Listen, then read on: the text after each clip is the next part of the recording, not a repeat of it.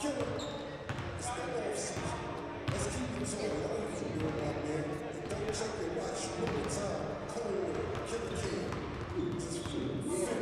too easy for me now. Cold warm flexes back to see this was around. But you so true that I can't believe clown. Look at everybody protecting me. Little dirty song out. I'm doing easy on the down. If I'm betting on myself, then I completely double down. If you hate on me, please don't treat me with a pound. I'll be staying out the way, but if the beef do come around, then put an M right on your head. You know each brother now. Trace my steps all in this game. You can see me cover ground. Back and forth from NC to New York with Jeezy.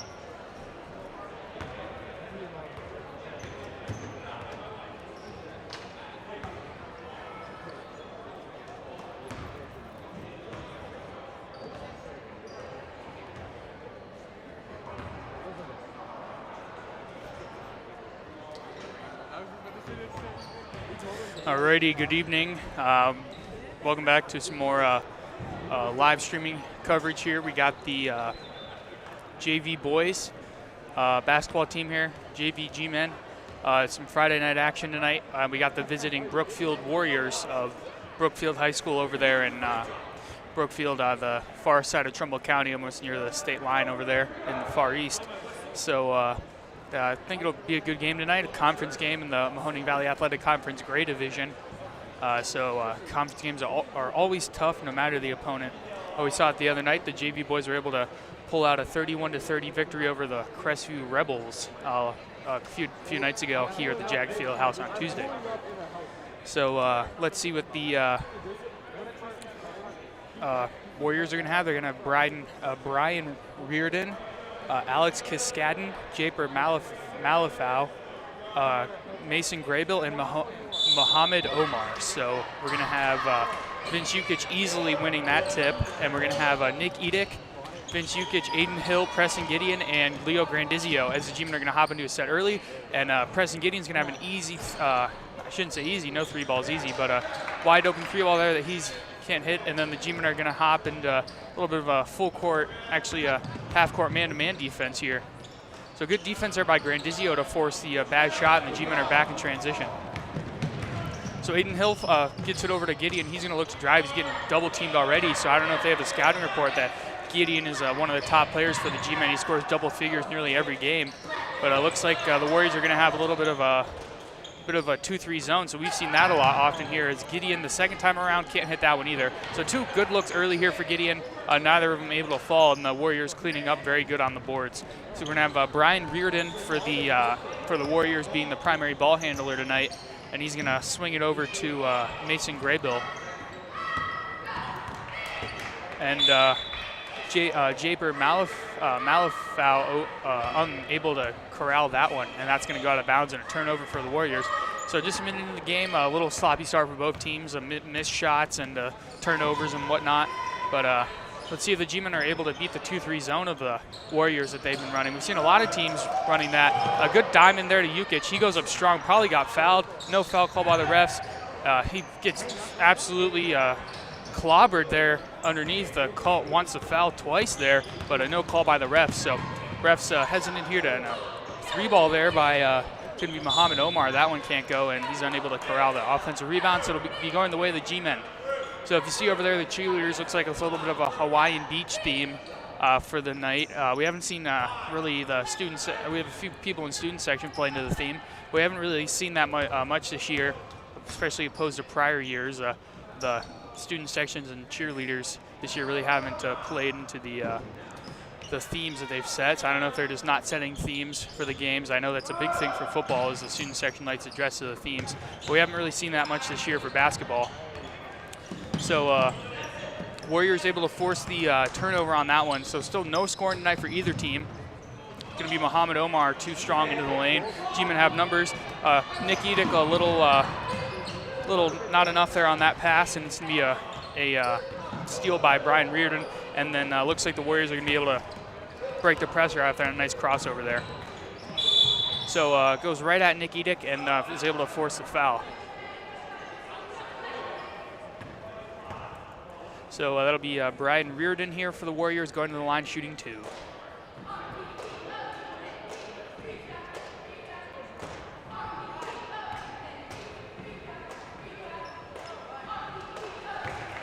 The first points of the game tonight, first point of the game I should say, is going to go to Brian Reardon of the Brookfield Warriors. So we got a few more students filing in here to form that student section.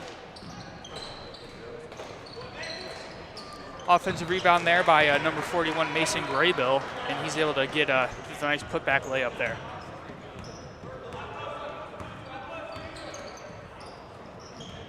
Aiden Hill, I think, took his eye off that for just a half second, as that was enough for it to go out of bounds there. So Coach Hill's going to need to take a timeout early here.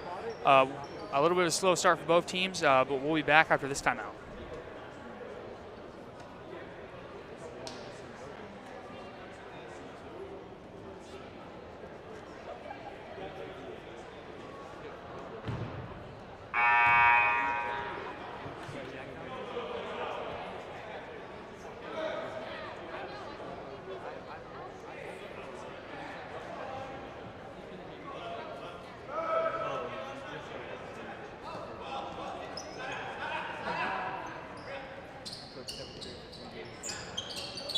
All right, everybody, welcome back to Jag Fieldhouse.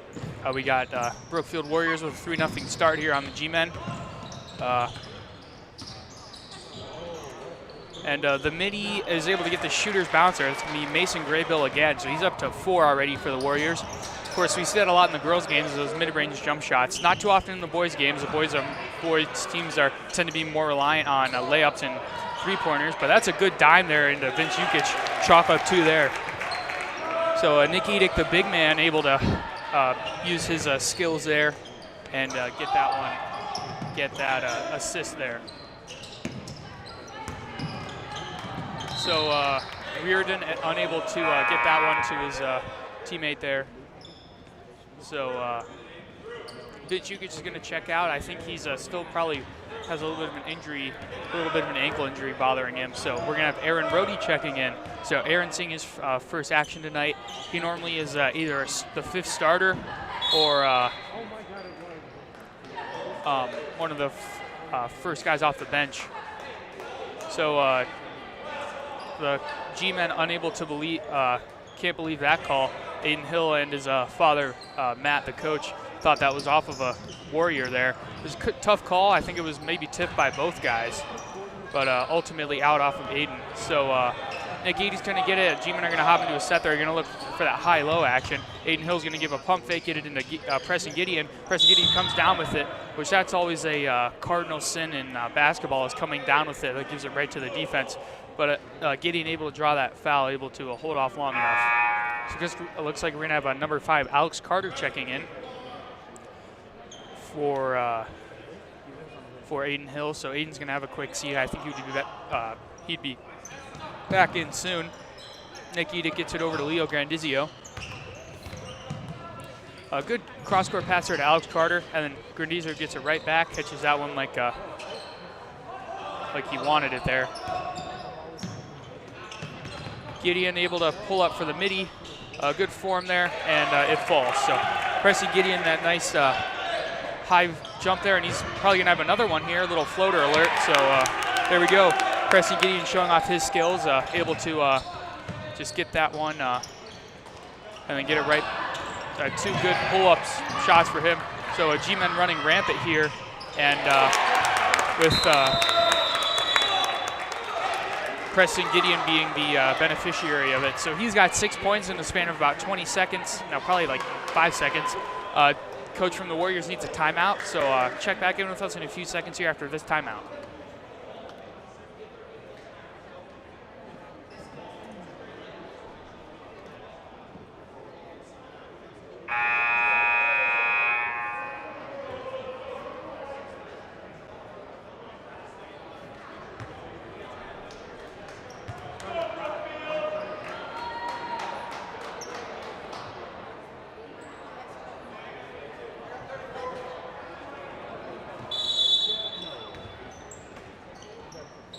All right, welcome back here to Jag Fieldhouse as the Warriors are able to break the press early, and then Mohamed Omar gets a block from behind by Alex Carter.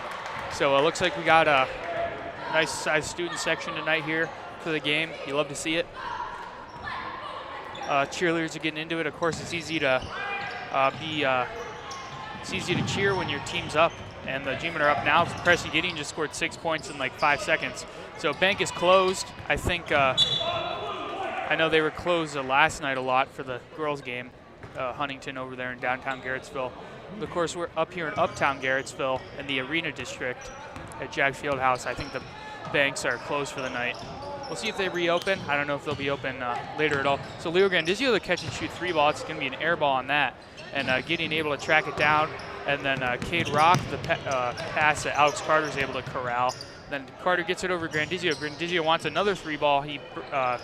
That one's off the rim again, and then Leo Grandizio, call that, I guess, a little bit of an alley-oop there. So Leo Grandizio doesn't come down with it, decides to shoot it in the air, and is able to get that one to go. So G-men now doubling up the Warriors after that slow start. So we've seen already how the G-men can just put up points in bunches. They started pretty slow. I don't think they scored for the first few minutes of the game. Leo Grandizio thought he had the steal there, and he did, but ultimately it was a foul. So a little unlucky there, as we're going to have a new face in for the Warriors. me confirm with my sources here on who that is.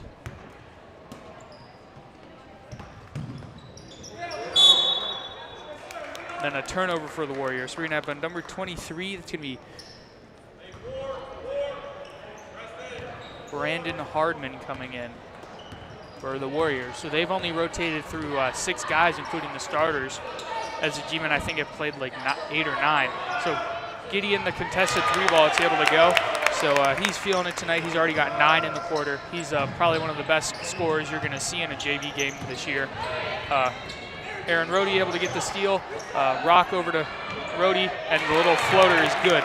So good job, Aaron, there to get the steal, and then gets it right back. And then Gideon another steal, and then right to Cade Rock. So Warriors need another timeout. I wasn't even aware of the score, but they're now down 12, so that was quick. That was just a few minutes there. G-Men with a big run to put themselves up by 12. So we'll see how the Warriors are able to respond after this timeout.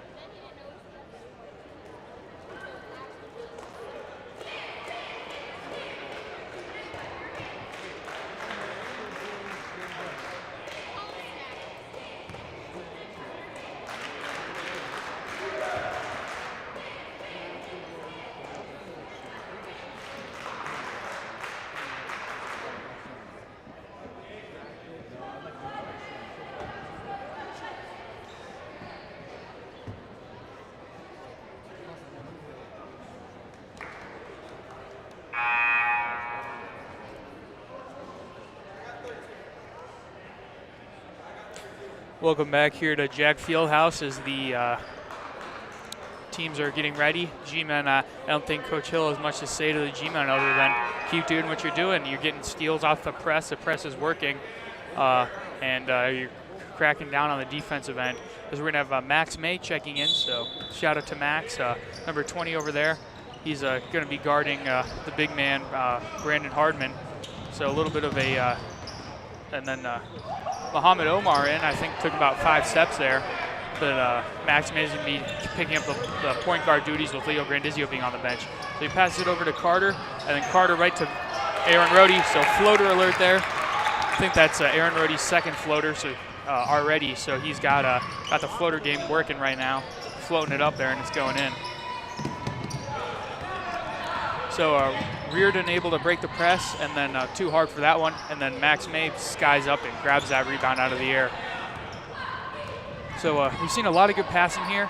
Good pump fake there by May, able to get it, swing it over to Carter. So it's normally when teams run the 2-3 zone, is they give up that first pass over to the wing, but then they normally they're going to trap it soon. So they're not exactly looking for a steal there, but they're looking to defend the passes in the post like that. So Rhodey able to chase it down, and then a little bit too much on that one. So I think if he would have taken a couple steps back and shot that from 3-point land, it would have went in.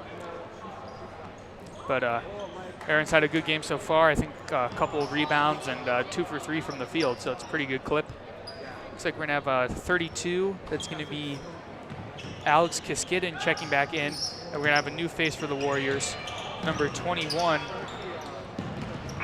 It's going to be Riley Russo. So that brings us to the end of the first quarter here from Jack Fieldhouse. GM with a big first quarter, 19 points, are on pace to score in the 70s.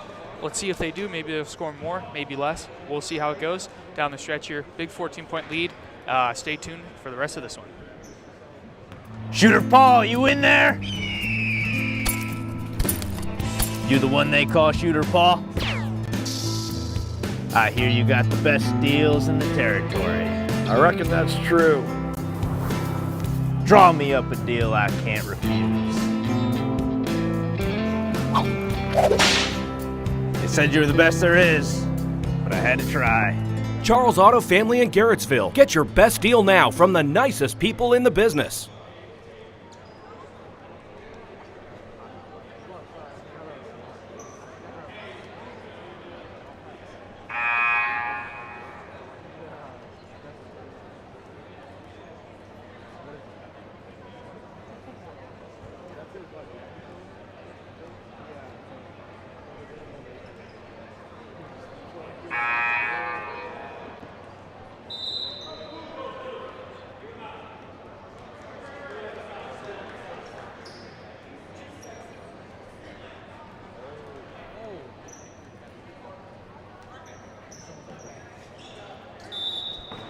Welcome back, everybody. Of course, thank you for tuning in tonight. We really appreciate it. Everybody, of course, shout out to Charles Auto Family for making this possible with their sponsorship this season. Of course, you see their advertisements that they created. Very well done there.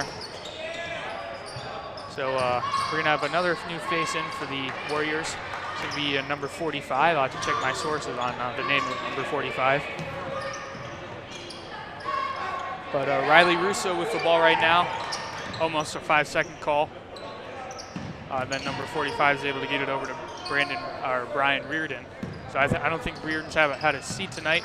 So good defense there. Bodies flying everywhere. Number 45 is going to be. Here's another name. So I apologize to you, number 45, if I butcher this name.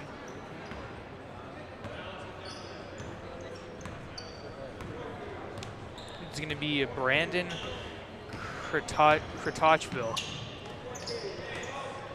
So Max May gives a pump fake. He normally does. That's kind of his game. Is a good dime in there to Rhodey, and then Rhodey actually going to get double teamed. So Rhodey, I think, tried to throw up the shot there at the end, but jump ball nonetheless.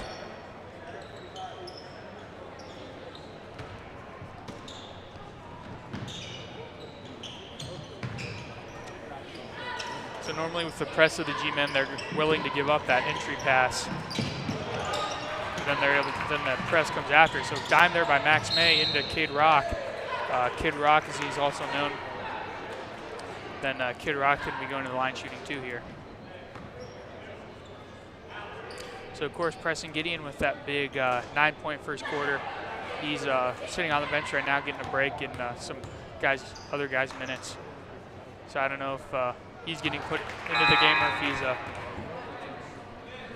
putting himself into the game, but he's checking in now. We're going to have Vince Jukic, Alex Carter, and Max May checking out. We're going to have Leo Grandizio, Preston Gideon, and Eden Hill checking back in. And I think Nick Edick is going to get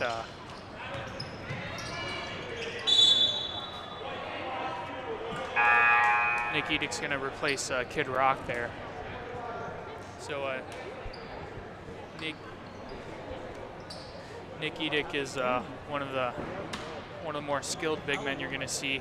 He's got that long frame, as many of. Not exact. I mean, he's pretty tall. I'd say up near 6 feet.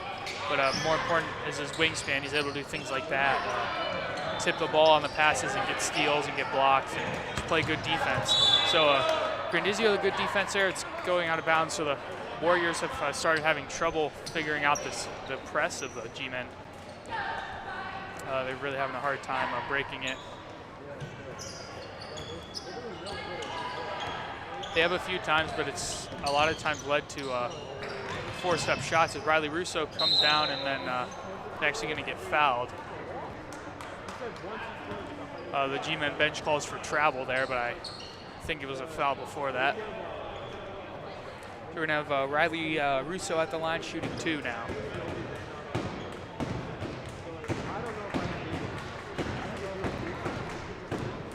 Can't get that one to go. Looked like it was good off his hand, but hits the rim and out.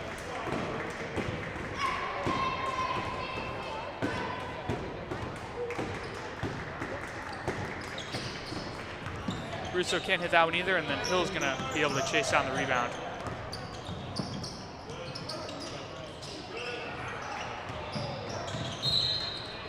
Then Hill chases down the rebound on the defensive end, but not able to get it there. Looks like we're going to have Japer Malafau checking back in, along with Mason Graybill. So Mason has 4. Mason Graybill, who just inbounded it there, has 4 of the 5 points for the G-men, and that's a rough collision there with Alex Kiskadden. I apologize for Alex on the butchering of the name. So he's probably going to have to go through the concussion protocol here. Get the good old how many fingers am I holding up deal.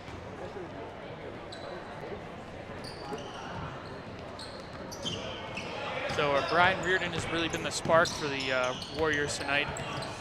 Has been a lot of the ball handling there. So bodies flying everywhere, and it's going to be a tie-up with Malifaux and Rhodey. So it's going to stay the way, or it's actually going to go the way of the G-men as the Warriors had just gotten the last jump ball. And possession arrow says G-men. So both offenses for both teams going a little slow here as Aiden Hill's trying to change that, and he does. So just as I say that, Aiden Hill, the big three ball there. Aiden Hill's a big three-point shooter. He makes 1 or 2 a game, shoots a lot of them, but he's normally is able to get 3 balls going in the clutch. So he'll come in the fourth quarter after sitting for a little bit. He'll come in and just drain a three-pointer like it's nothing. So he's just has ice in his veins. He's got that clutch gene. As Edith's going to have to check back and check out again because I think he might be in foul trouble, and we're going to have a Jukic D'ing up on Graybill here. So able to get it into Reardon, and then bodies flying everywhere. It's gonna almost a tie-up with 2 players from the Warriors. Muhammad Omar gets tied up, and then Gideon the pass in there to Hill, and Hill I think took his eye off that one again. That was good defense, just a little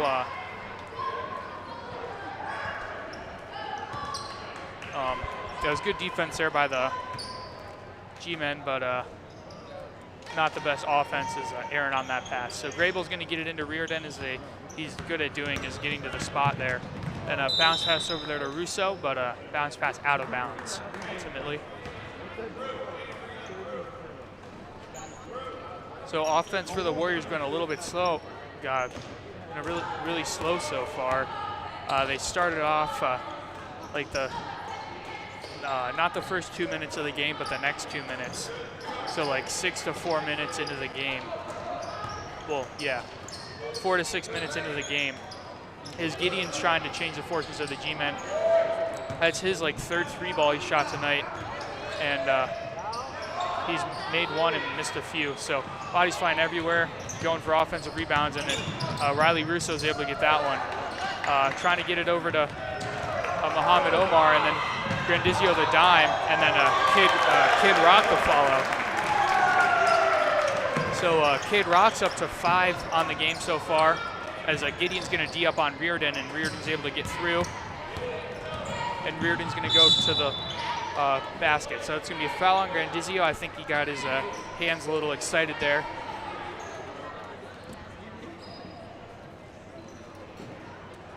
And it's going to be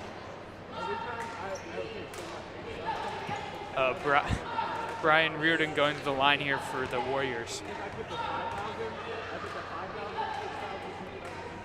So Reardon now is 2 for 3 from the line with the make of that one. We're going to have another new face in for the Warriors as Riley Russo is going to check out.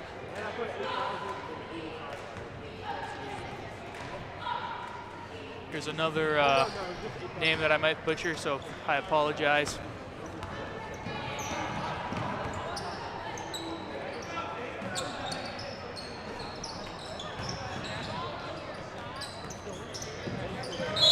So it's going to be, it looks like a turnover there for the G-men, and then almost a turnover there for the Warriors, or maybe it was a turnover. So sloppy play there. It's going to be a foul on Leo Grandizio. He can't believe it. None of the G-men can believe it. But we're going to have number 13, David Mazarovitz,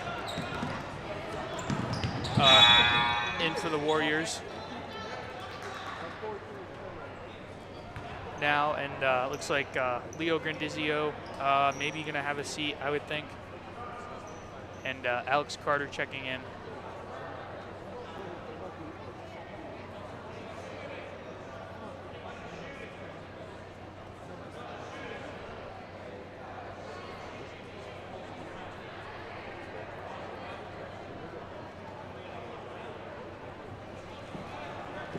So I think we're due to have a 1-and-1 going here. For those at home not aware of a 1-and-1, if the player here is going to be Brian Reardon, if he is able to make the first foul shot, then he is awarded a second. If he misses the first, then anyone can rebound it. So we'll see how that goes here. It's a rule in place in college, but the NBA is not like that. The NBA just goes straight to 2 foul shots for bonus. But the G-men are in the single bonus now with 7, or the Warriors, my bad, are in the bonus now with 7 team fouls for the G-men, and if they get to the 10th team foul for the G-men, then the Warriors will get 2 shots for any foul on the floor. So I think the confusion is that they should never have inbounded it, and they should have went right to 1-1 when Leo Grandizio had that foul on the floor. So that shouldn't have happened. So I don't know what they're going to do here. I'm curious to really see what they're going to do. They decided to give the ball to White because they cannot go and rewrite the past. So now they're going to write the future.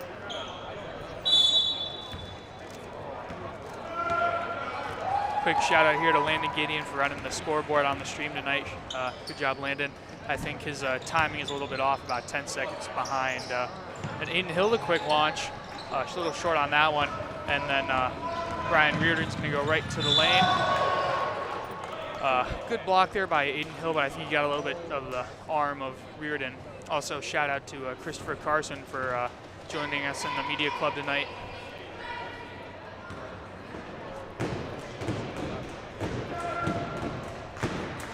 So Reardon is now 4 for 5 from the line.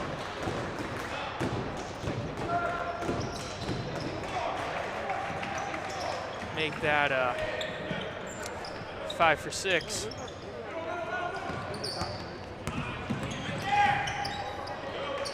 So Hill able to snap it over to Gideon. Alex Carter wants that 3 ball.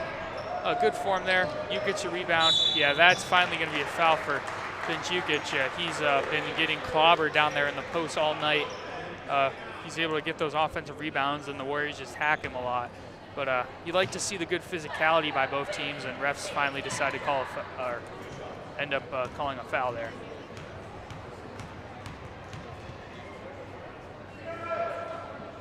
So Jukic unable to get the shooter's touch on that one.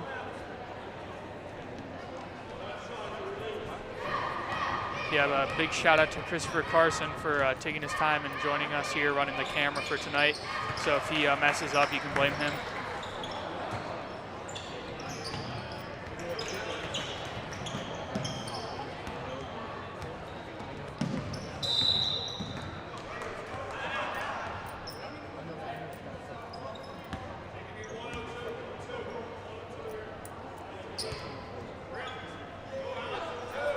G-men lead up to 17 now. We saw in the varsity girls game yesterday against LeBray, there was a really back and forth game. The G-men would go on a 6-0 run. Then the Vikings would go on like an 8-0 run. Then it was back and forth, but the G-men were ultimately able to pull away. Mason Graybill lighting it up from deep. He's up to 7 now for the game.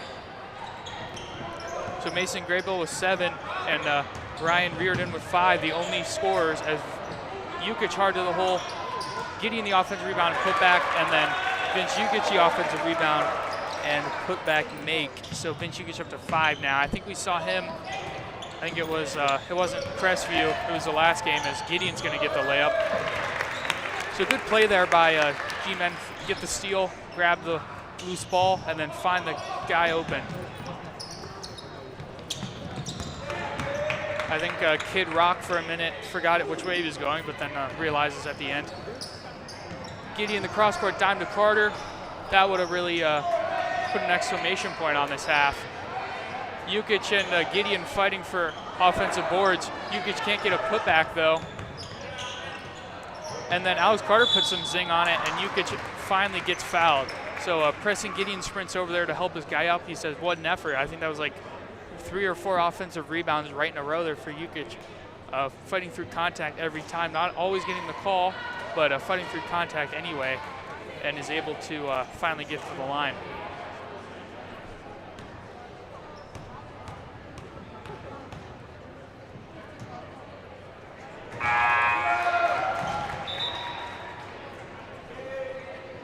We're gonna have Max May, the junior, checking back in for Aiden Hill. and Aaron Rhodey checking back in for Kid Rock. So a lot of guys getting a lot of minutes tonight. I don't think anyone's played the whole game so far, but I don't think anybody's not played yet. So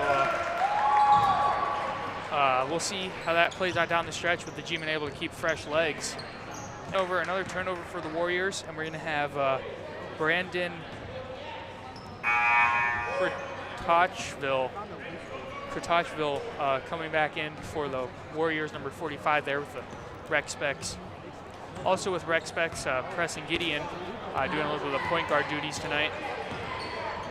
They run that zipper play, and then Max May not able to get that seal there. So I don't think Rhodey was quite set. He really took that one to the chest though, like a man. I think he injured Muhammad Omar on that one. He's limping over there. Rhodey's fine though. He's taking it like a champ, like he always does. So shout out to Aaron. I think if you guys tune back in for the varsity game later, you'll hear him commentating with me.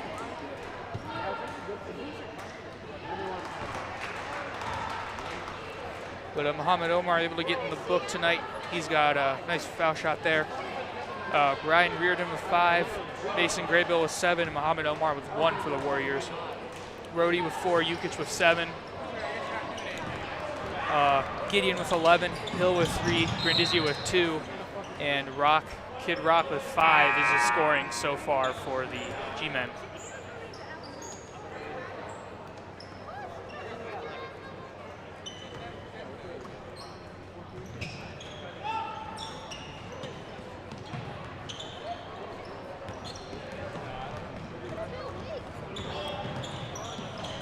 A little floater alert, no, and then the save back to Graybill. So Warriors trying to cut into this lead a little bit here.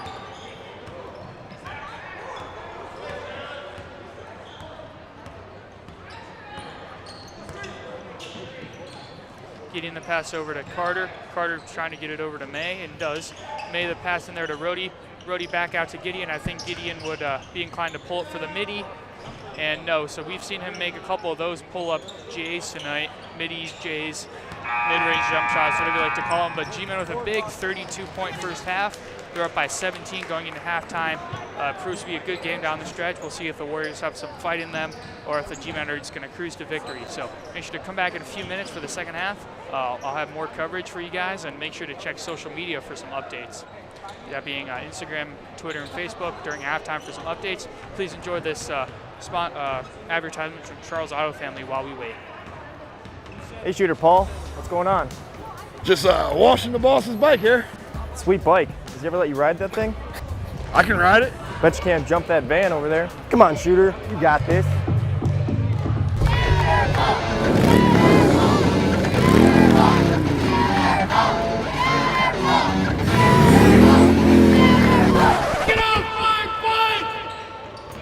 Charles Auto Family in Garrettsville. Get your best deal from the nicest people in the business. Hey, Shooter, you want to go golfing? Sure, boss. I'm driving.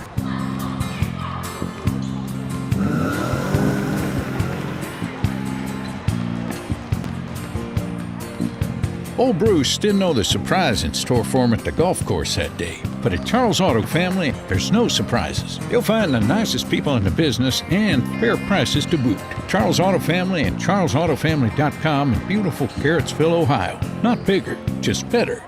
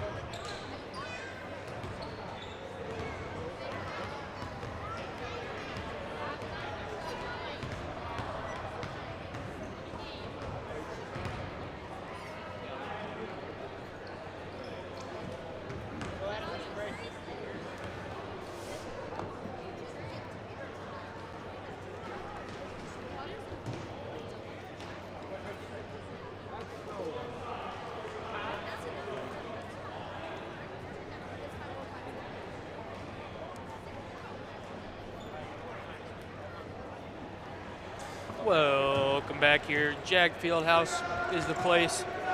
JV boys basketball is the thing. And G-men are in the lead. We're going to have Nick Edick, Preston Gideon, Leo Grandizio, Aiden Hill, and Vince Ugic in for the G-men. And we're going to have Mason Gribble, Mohammed Omar, Riley Russo,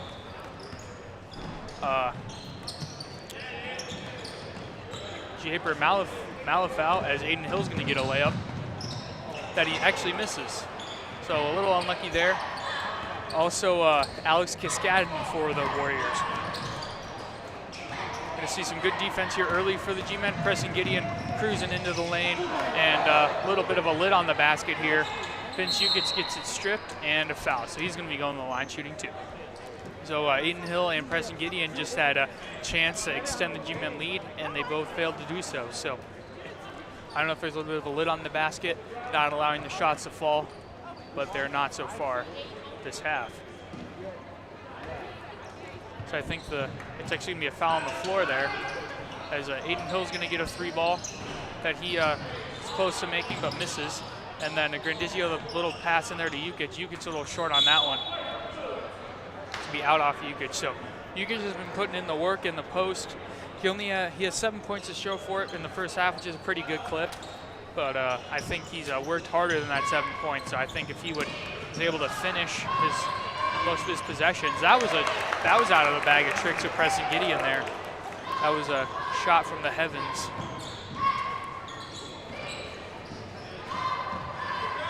It's like every time it rains, pennies from heaven, shooby-dooby.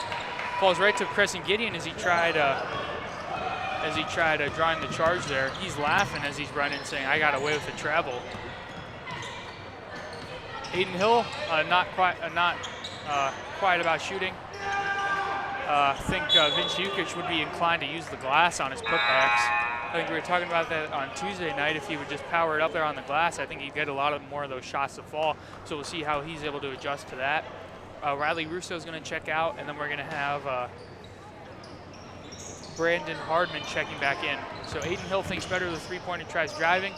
Gideon gets it. He's looking to size him up right to Grandizio, and it falls to Jukic again, and then Jukic gets fouled. So Jukic, I think the refs more on the side of Jukic so far this half. They've been calling a lot more fouls in his favor there.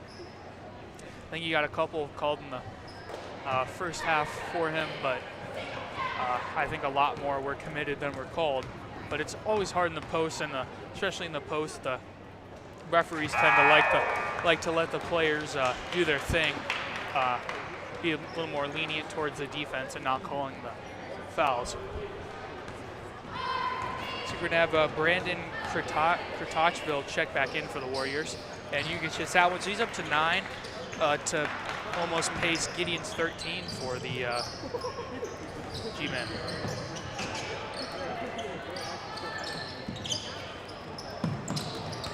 Jukic the steal there, and then lobs it into Gideon, and can't get that one to go.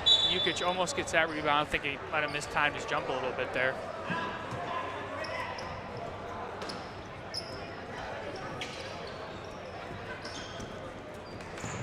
So they're able to get it into Muhammad Omar, and then the pass there to Alex Kaskadin. Falls right to Omar again. He gives a little jab step there.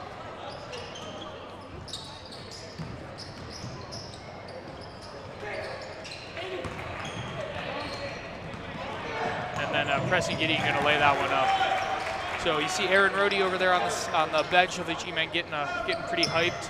He loves to see it, loves to see his team extend their lead here.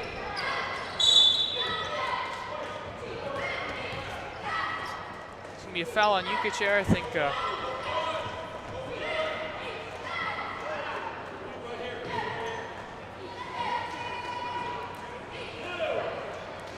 Jukic's not able to get the tie up there, so that'll be a foul on the floor on him.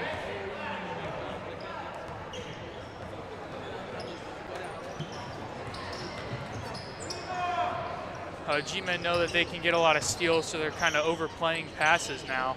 It's going to be a nice little fadeaway midi for Brandon Hardman. Chalk up 2 there. And that's going to be Aiden Hill, who tumbles to the ground after that one. Wasn't even able to record the points for the bucket there by the Warriors. And then the G-men with 5 quick points here. So Hill up to 6, and Jukic up to 11 now for the G-men.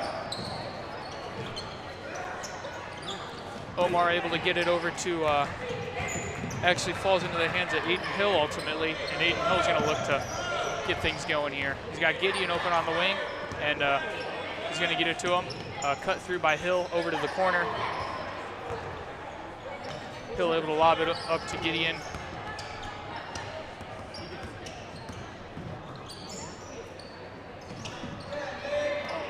Then over to Gideon for the 3-ball. Yes, sir. So Preston Gideon up to 18 points now, and the G-men lead has swelled to 29 now.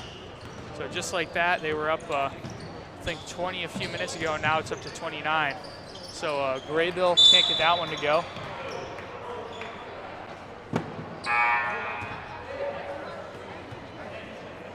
So Aaron Rhodey, normally the first guy off the bench, just like he is here, he's going to replace Nick Edick. So him and Aaron Rhodey and Vince Jukic are going to be the big guys now playing for the G-men.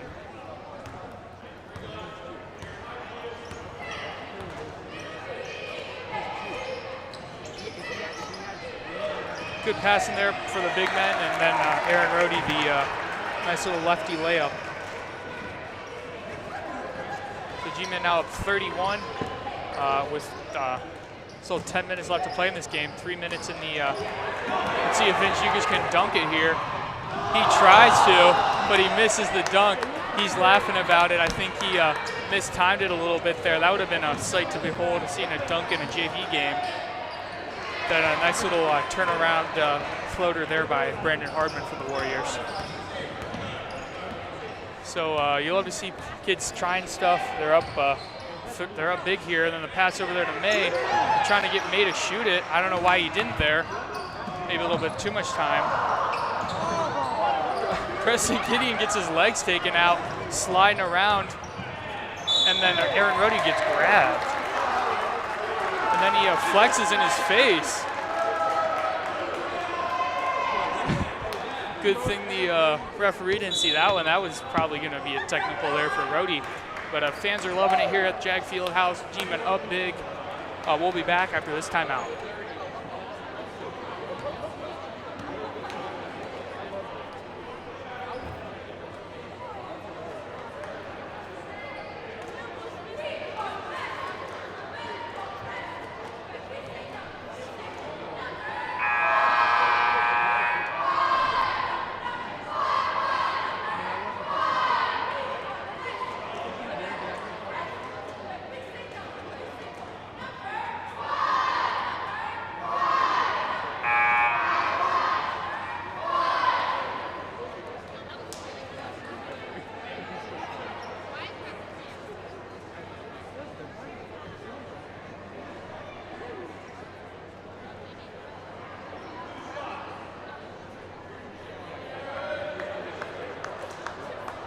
We're going to have Aaron Rhodey at the line now. He's got 6 on the afternoon, a few layups there for him.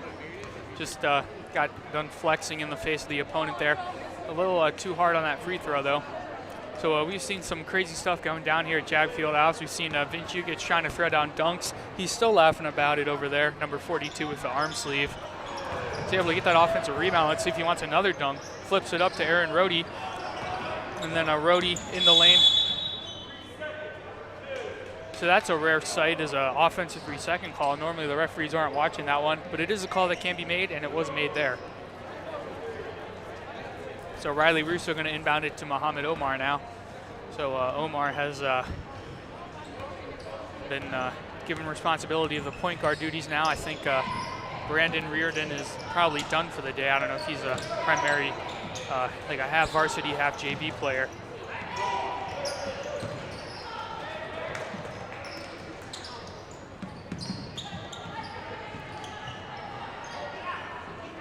So Russo giving a little shake there on Alex Carter.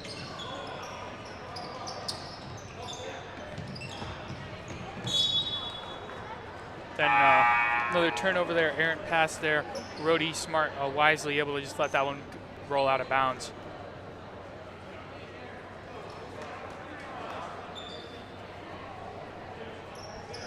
So Nick Hopper now into the game for the G-Men. You love to see those primary bench players getting some time. He's got the mismatched shoes there. Nick Hopper does, handling the point guard duties at the moment.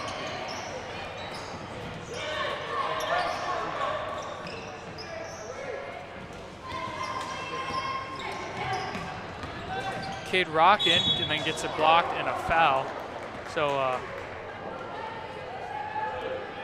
it's going to be Brandon Hardman, a little unhappy with the call there, but it is a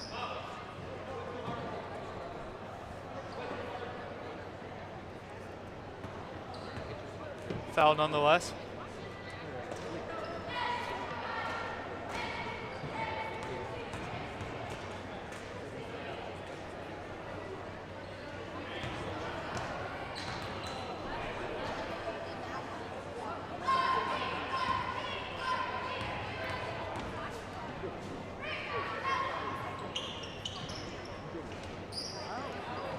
Alex Carter weight rooms Muhammad Omar and just rips that one away from him. Gets it over to Max May in the corner. Then a good cut there by Carter in, and not able to get that one to go. So maybe a little advised on the shot, probably would have been more inclined to go with the left hand there. But now Muhammad Omar is going to be doing the ball handling now. He's going to get it over to Riley Russo. Then Russo the deep three, short on that one. And then Cade Rock able to pick it up. And then the dime there to Alex Carter for an easy 2. So Alex Carter now in the score sheet. I think the only players that haven't scored that have played for the G-Men have been Max May, Nick Edick, and Nick Hopper. Nick Hopper's only played a few minutes. He's got a fast break. Let's see if he can get himself into the score sheet here. Max May just let that one go out of bounds there. Not sure what he was seeing there.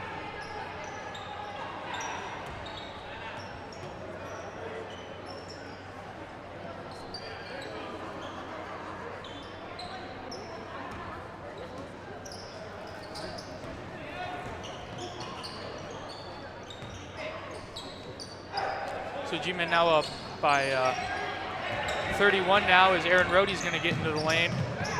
Gets hacked from behind, wants the foul call at the end of the quarter, but he won't get it. So G-Men up big now. They're probably going to, I would think they would cruise to victory here unless a miraculous comeback happens. So stay tuned for the fourth and final quarter, and then make sure to stick around for the varsity game coming up at about, I would think about a 6:45 7 tip. So we'll be back.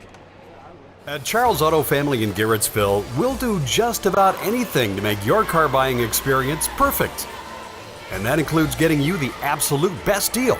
We have a big selection of new and used cars, trucks, vans, and SUVs. Plus, Charles has one of the best and most affordable service departments in the area. Just come in, pick out your favorite vehicle, and drive home. Or we'll be happy to deliver it. Charles Auto Family. Get your best deal from the nicest people in the business.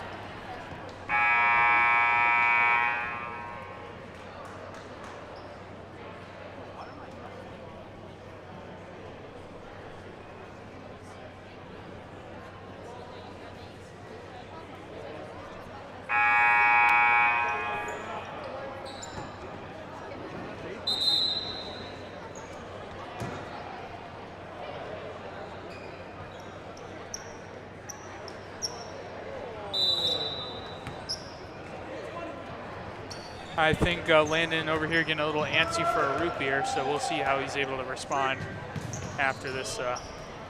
Aaron Rhodey able to get it up to Nick Hopper. He gives a nice little jab step. Max May, the quick shot, not able to get that three ball to fall for May.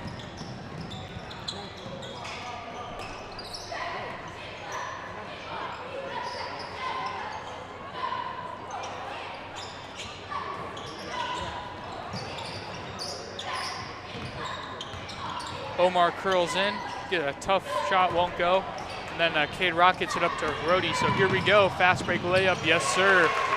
Aaron Rhodey using that speed that he has, athleticism to get that layup to go.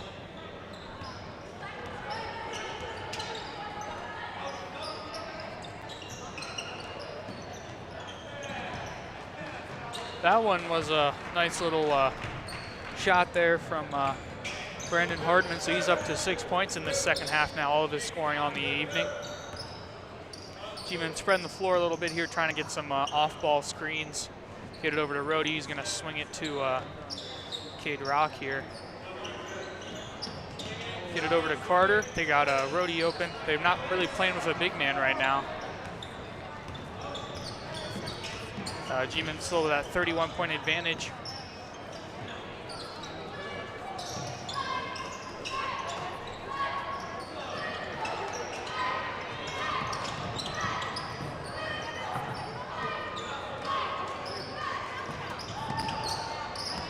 So they're finally able to, Kid Rock's finally able to get it over to Alex Carter.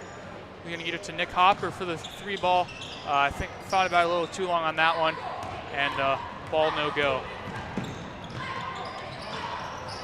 So Muhammad Omar digging into his bag of tricks here.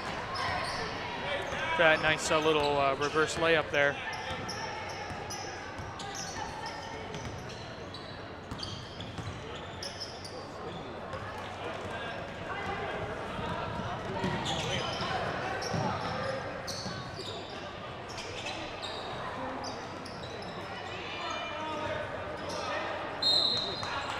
So G-Men not able to corral it. We're actually going to see some of the starters come back in here. I think the Warriors are putting their starters back in, so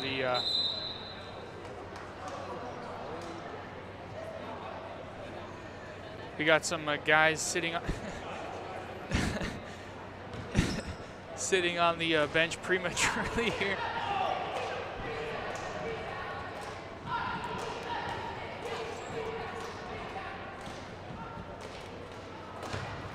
That one in and out and in and out, and ultimately not in.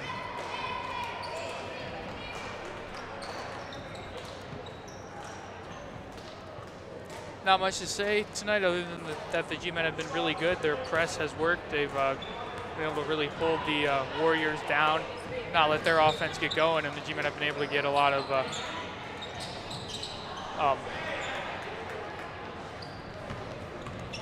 G-men have been able to get a lot of easy layups in transition, and their half-court offense has not been bad either. So Aiden Hill, be a little short on that one. Then it's going to be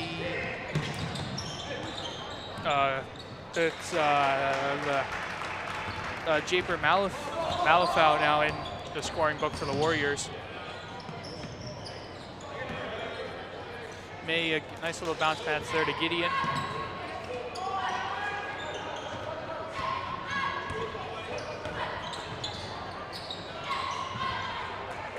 Then Nick Edick the layup there. It's a good find there by Gideon to get the assist. Gideon, of course, with 18, and Vince Jukic with 11 for the G-men, as Jukic and Leo Grandizio are going to check back in soon here. I would think the G-men would be inclined to get some of their players that don't always get the most minutes more minutes, but I guess they're just rotating everybody now.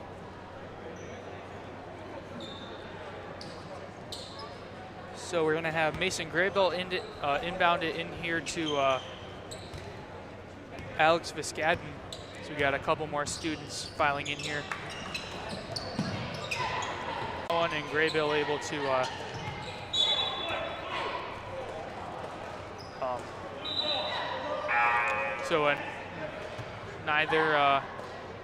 none of the players too inclined to grab the rebound there. That's going to be out of bounds off of Jukic, and Warriors are going to inbound underneath their own basket.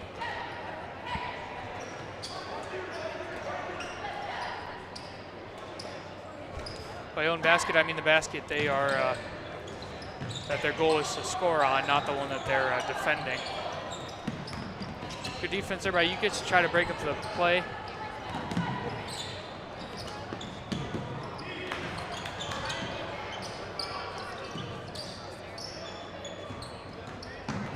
So G-men really playing really good team defense here right now. They get it into Japer, and then Riley Russo, the 3-ball, just a little long on that one, and it's gonna go the way of the G-men. So that 3-ball went over everybody there, and ultimately out of bounds. Just under 3 minutes to play left, or 3 minutes to play here at the Jag. G-men up by 29 here. They've been up by 30 for a few minutes now, around 30. They're just going through everything now, and they're trying to get Preston Gideon a 3-ball that they do get. So, big scoring clip for him. We saw him on last Saturday at Berkshire check-in and get a few minutes towards the end of the varsity game. Nick Edick the rebound. G-men have numbers, but Nick Edick gets a block from behind actually by Brandon Hardman, and G-men going to do a 5-for-5 swap here. So the starters are out and the reserves are in now. So you love to see it. Max Mace, congratulates all his teammates on a game well played.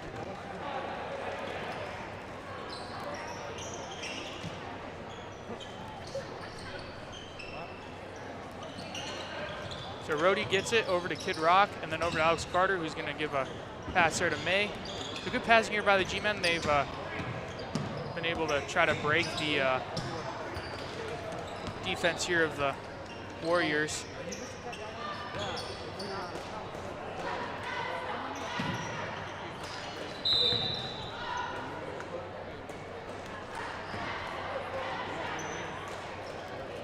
And looks like we're gonna see a Warrior check in. I think this would be the nearing the final substitutions for both teams here, as Mason Graybill, who had a big 9-point first half, he's gonna check out, and we're gonna have David Mazorovitz check in. So Japer Malafau getting that put back to go, although it might be a little too late here, but points nonetheless.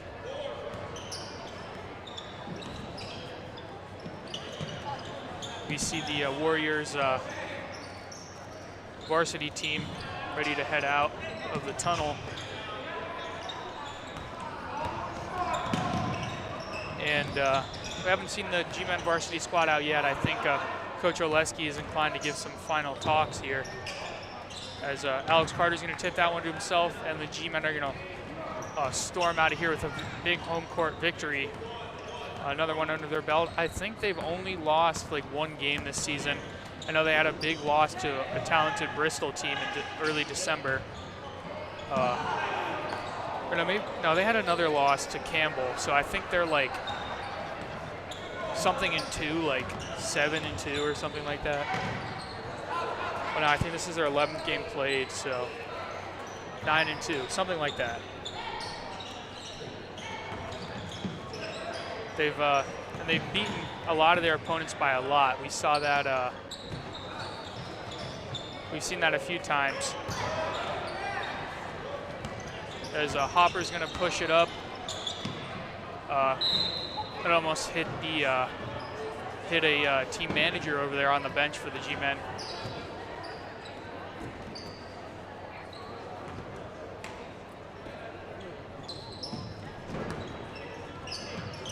Rhodey gets it over to Max May. He's got all the time in the world.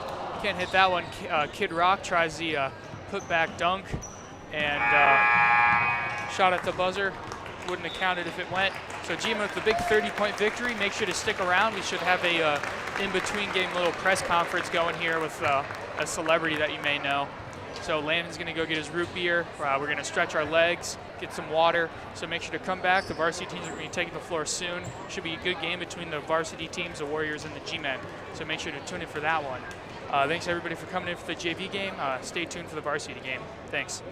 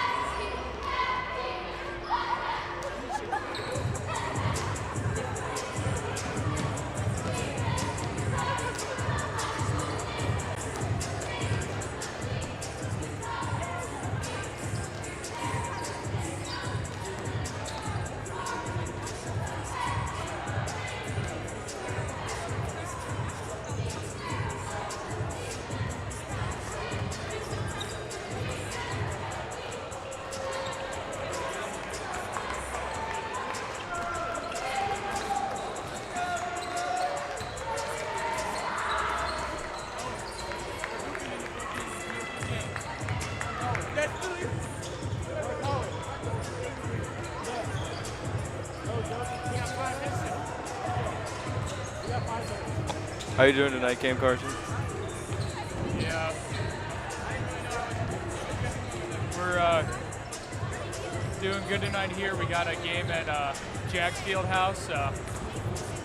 Just thinking, what do you think about the game? What do you think of the JV game first?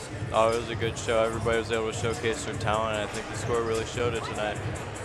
Yeah, we got a big game coming up here, the Varsity Game. Let me get out my roster here. We're going to have a big scoring, should see a big scoring night from Caden Spade like we always do. He had 29 the other night against Crestview in that big win. And we're going to see some good athleticism here from Isaiah Jones, number 1. He's only a junior, but you see him out there. He's easily throwing down dunks in the warm-ups. And we're going to see Donovan Pulowski, who is the quarterback for the Brookfield Warriors during the football season. So we'll see how that goes. Two, I think, similarly matched teams. We'll see what team comes out on top tonight. Should be a good one, though. I hope everybody at home enjoyed the JV game, that you're going to enjoy the varsity game here. So shout out to Chris here for coming up and doing the camera. I think he's going to head on home, but I'm sure he's going to tune in, right, when he gets home. Oh, yeah.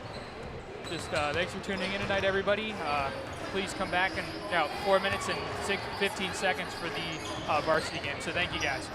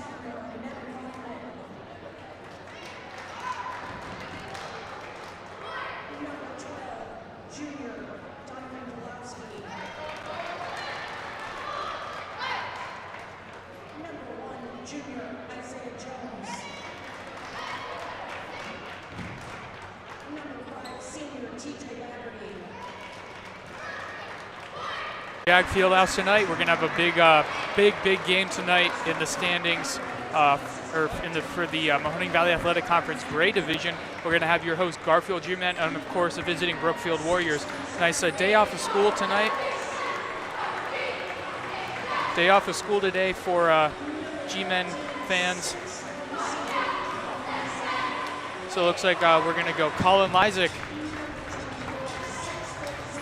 Brody Swigonski, Anthony Dema, Caden Spade, and Eric Geddes for the G-Men. And we're going to have Isaiah Jones, TJ Laverty, Donovan Pulaski, Nevin Hoffman, and Josh Salida for the Warriors. So I think this is Aaron's game tonight. I think he's going to lead tonight, and I'm just going to hang out and keep stats. That's what's going on tonight. Sounds like a plan. Yeah, all right. Yeah, that's right. But one quick comment is I hope everyone watched our pregame analysis of the game with big celebrity Chris Carson. Oh, so yeah. Shout out to Chris for helping with the camera. But we got our regular crew tonight with Hallie on the camera. So I hope everybody's ready.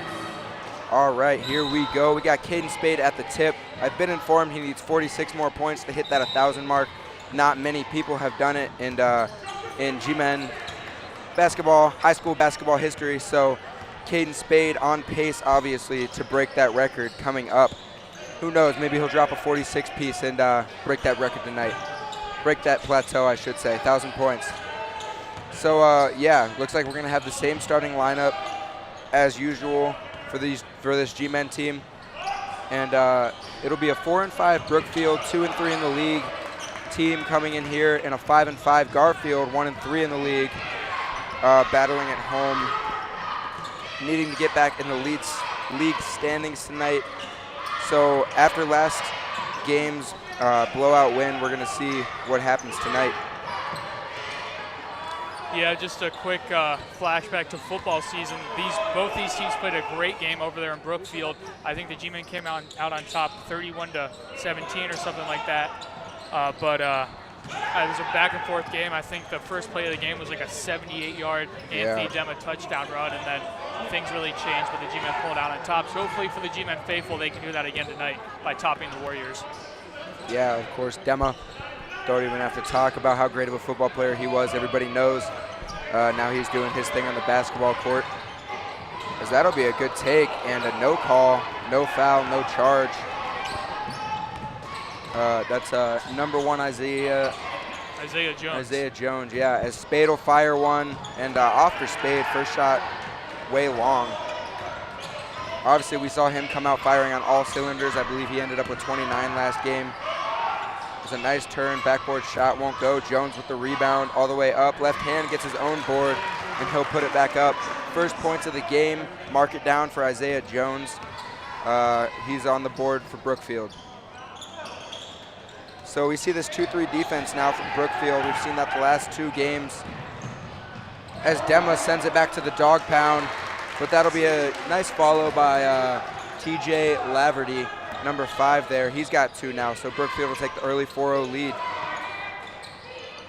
Like I said, G-Men gonna try to break this zone, this 2-3 zone with the little high-low action they got. Worked well last game, got a lot of open 3-pointers. And obviously it showed in the scoreboard as well. As Spade is going to be rejected by Jones. And interesting to see what they call here. It will be G-Men ball. Yeah, so of course, we don't exactly have a height on Isaiah Jones, but I'd say he's probably like 6'5". He's just a big guy, got that length, that athleticism. He just looks like a basketball player. Here we go. We got this Spade look. He's going to pass on it and drive baseline. Looks like the ball hit the bottom of the backboard there almost. And now that'll be Isaiah Jones. Close to a putback dunk there. He's got 4 already. And so the G-Men are going to need a timeout after being down 6 early on. We'll be back after the timeout.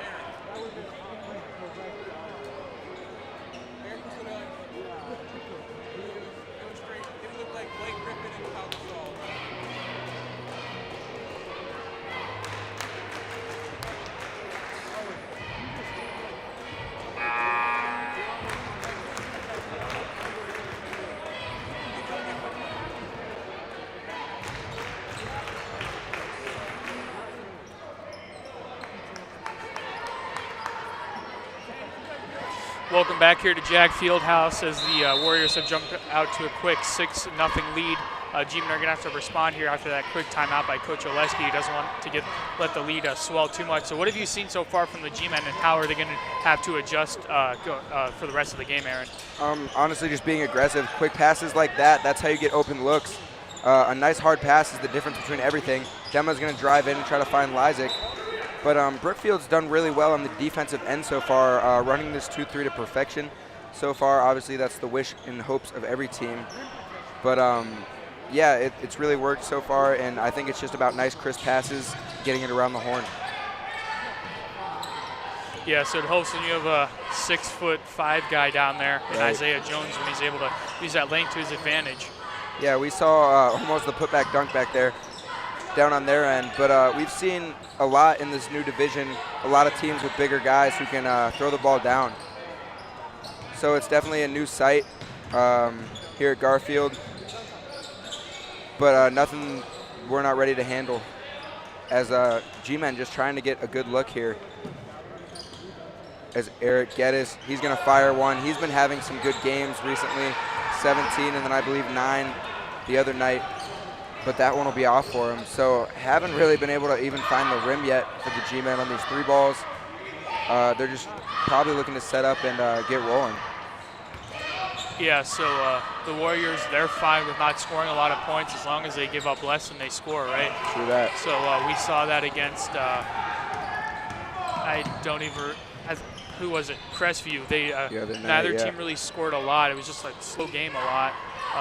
The G-Men, though, were able to, the Rebels weren't running the 2-3 as well as the Warriors are tonight, and that's the look you try to create on the 2-3. Demma gets big, but Jones throwing himself a block party down there. That's 2 for him already. He's got that wingspan. It looks like those long arms, and he's ready to go down there. Yeah, so looks like we're going to have Evan Janik checking in. He's last 2 games been the first guy off the bench, just like he is today. So normally it'd be Vinny Grandizio, but tonight it's going to be Evan Janik. He's going to replace Lysick for a second, and I think Lysick would be back in soon. Yeah, and Isaiah Jones, we have him here as a junior, so he's still got 1 more year with this Brookfield team.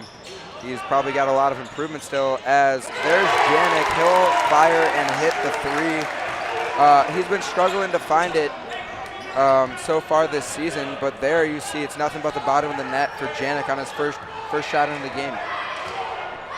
Gets the G-Men up on the board, definitely a much-needed bucket. So, yeah, they cut the lead in half, 6-3, as Jones will find a half-cutting Donovan Pulowski, and he'll have 2. Spade will pass up on a 3. We know he's got that long arm span. He can shoot over anybody, but they're going to work to look for a better shot here. As Eric Geddes, he's going to have another open 3. That one in and out, but closer than it has been. And Demma's going to get big, and 1 for Demma, the big guy down low. Yeah, so Demma, he's not the tallest guy. He's not short either. I'd say pretty a medium height for a high school basketball player. But my oh my, is he built. He is a well put together guy. He's got those very, he's just a big guy. He's a strong guy. He can throw weight around in the weight room like it's nothing. So true that. That time in the weight room really paid off there on that and 1. And he'll complete the and 1 play. We saw him struggle from the line a little bit the other night against Crestview, but tonight he starts off 1 for 1, and you see him trying to bring some energy now to this Garfield team, clapping, telling them, let's go. Lead only 2 now for Brookfield, as that'll be Pulowski with a 3, and that'll be way short, but it will retain Brookfield ball.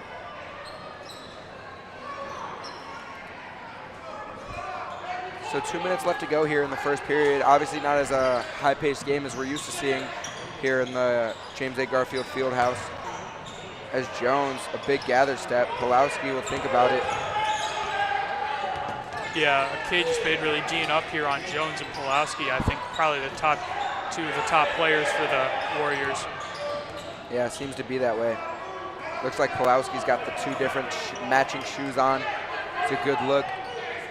Now that'll be Geddes up there, and Pulowski will fire the deep three. He's not afraid to shoot it. Makes me think that he might be a shooter, so definitely something the G-men are going to have to watch out for. And Geddes, another three. That one will go for him. 1 for 4. Finally found his stroke, and that'll put the G-men up 1. Yeah, you figured for Eric Geddes, it's only a matter of time before he starts getting. He gets a lot of those corner threes. If you remember, a few years ago, Tristan Gideon, that was his game. He would let the ball handlers do their thing, and then a kick out, open corner three. It's one of the best shots in basketball, and that's an open corner three there. That one can't fall though. And G-men have numbers now. Good pass there to Swagonski. Janik to Swagonski. Haven't been able to see that much this year, and Brookfield's going to need a timeout here after that run by the G-men. So Janik really using those minutes wisely, efficiently, I should say, and we'll be back after this timeout.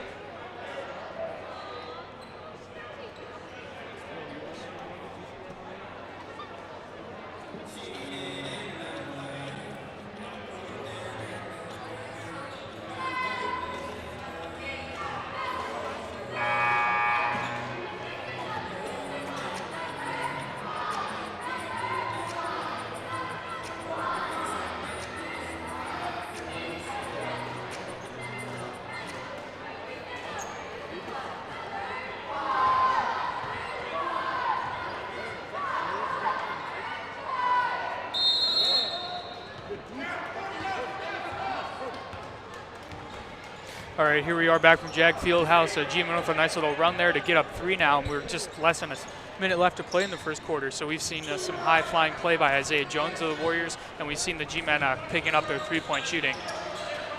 So we'll see how that goes. Isaiah Jones, I don't think he's much of a three-point shooter himself. His game more, Pulowski trying to get big there. Yeah, of course, Isaiah Jones, 6'5". With that big stature, you're going to want to get inside.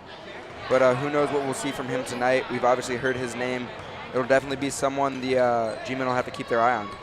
Yeah, we've seen Donovan Pulowski try a couple threes so far. Hasn't really come close to hitting one yet, but I would think it's only a matter of time for him before he starts to hit. And here we go, Geddes. He'll have it. That's perfect. He's been hot. There we go. 2 in a row for Geddes there after missing his first 3.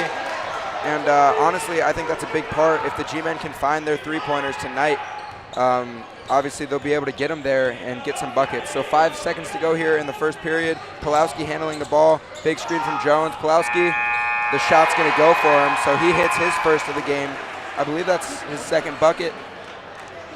And yeah, he'll have 5 here in the first quarter. So a little bit pick up pace here in the second half of the first quarter. And your G-men lead 14-11. We'll be back in the second. Shooter Paul, you in there? You the one they call Shooter Paul?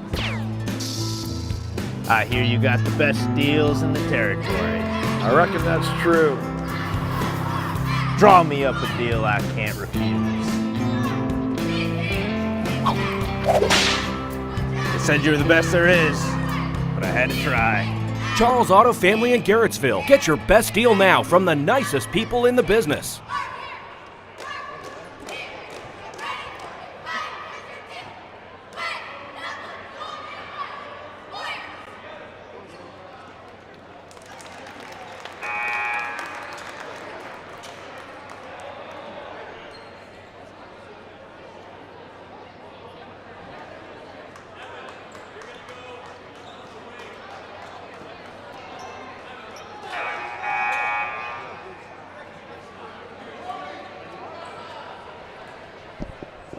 Here we are back for the second quarter of play. We see Janik and Grandizio in. So you talked about Grandizio normally being the first off the bench, but we're going to see both of them now getting some action.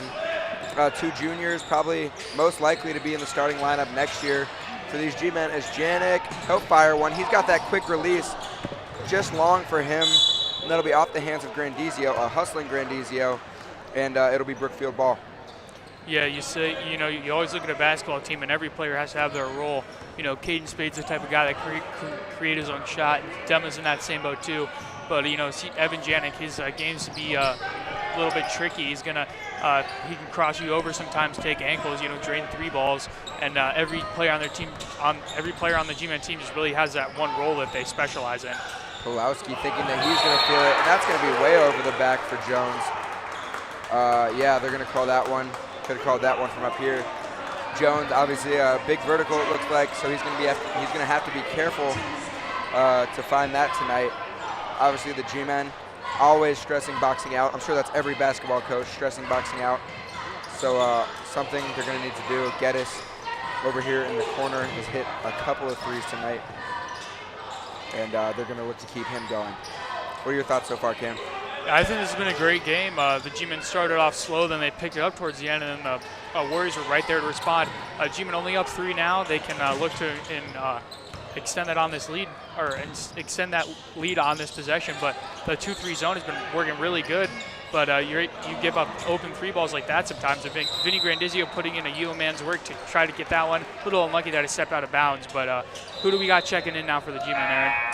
Looks like we're going to have Spade coming back in, and Bates seeing his first varsity action tonight.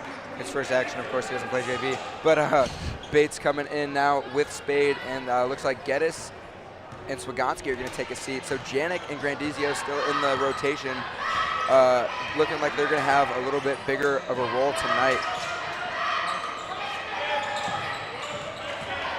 Looks like this might be the defensive lineup here for the G-men, but it's hard to say that because Swagonski's just a dog, as well as Geddes. So definitely defense is a stress here at Garfield, as that'll be Pulowski. Pulowski and Jones, the only scorers tonight, I believe, along with Laverty for Brookfield, as Dema's going to rise up and miss the shot off the hands of Jones.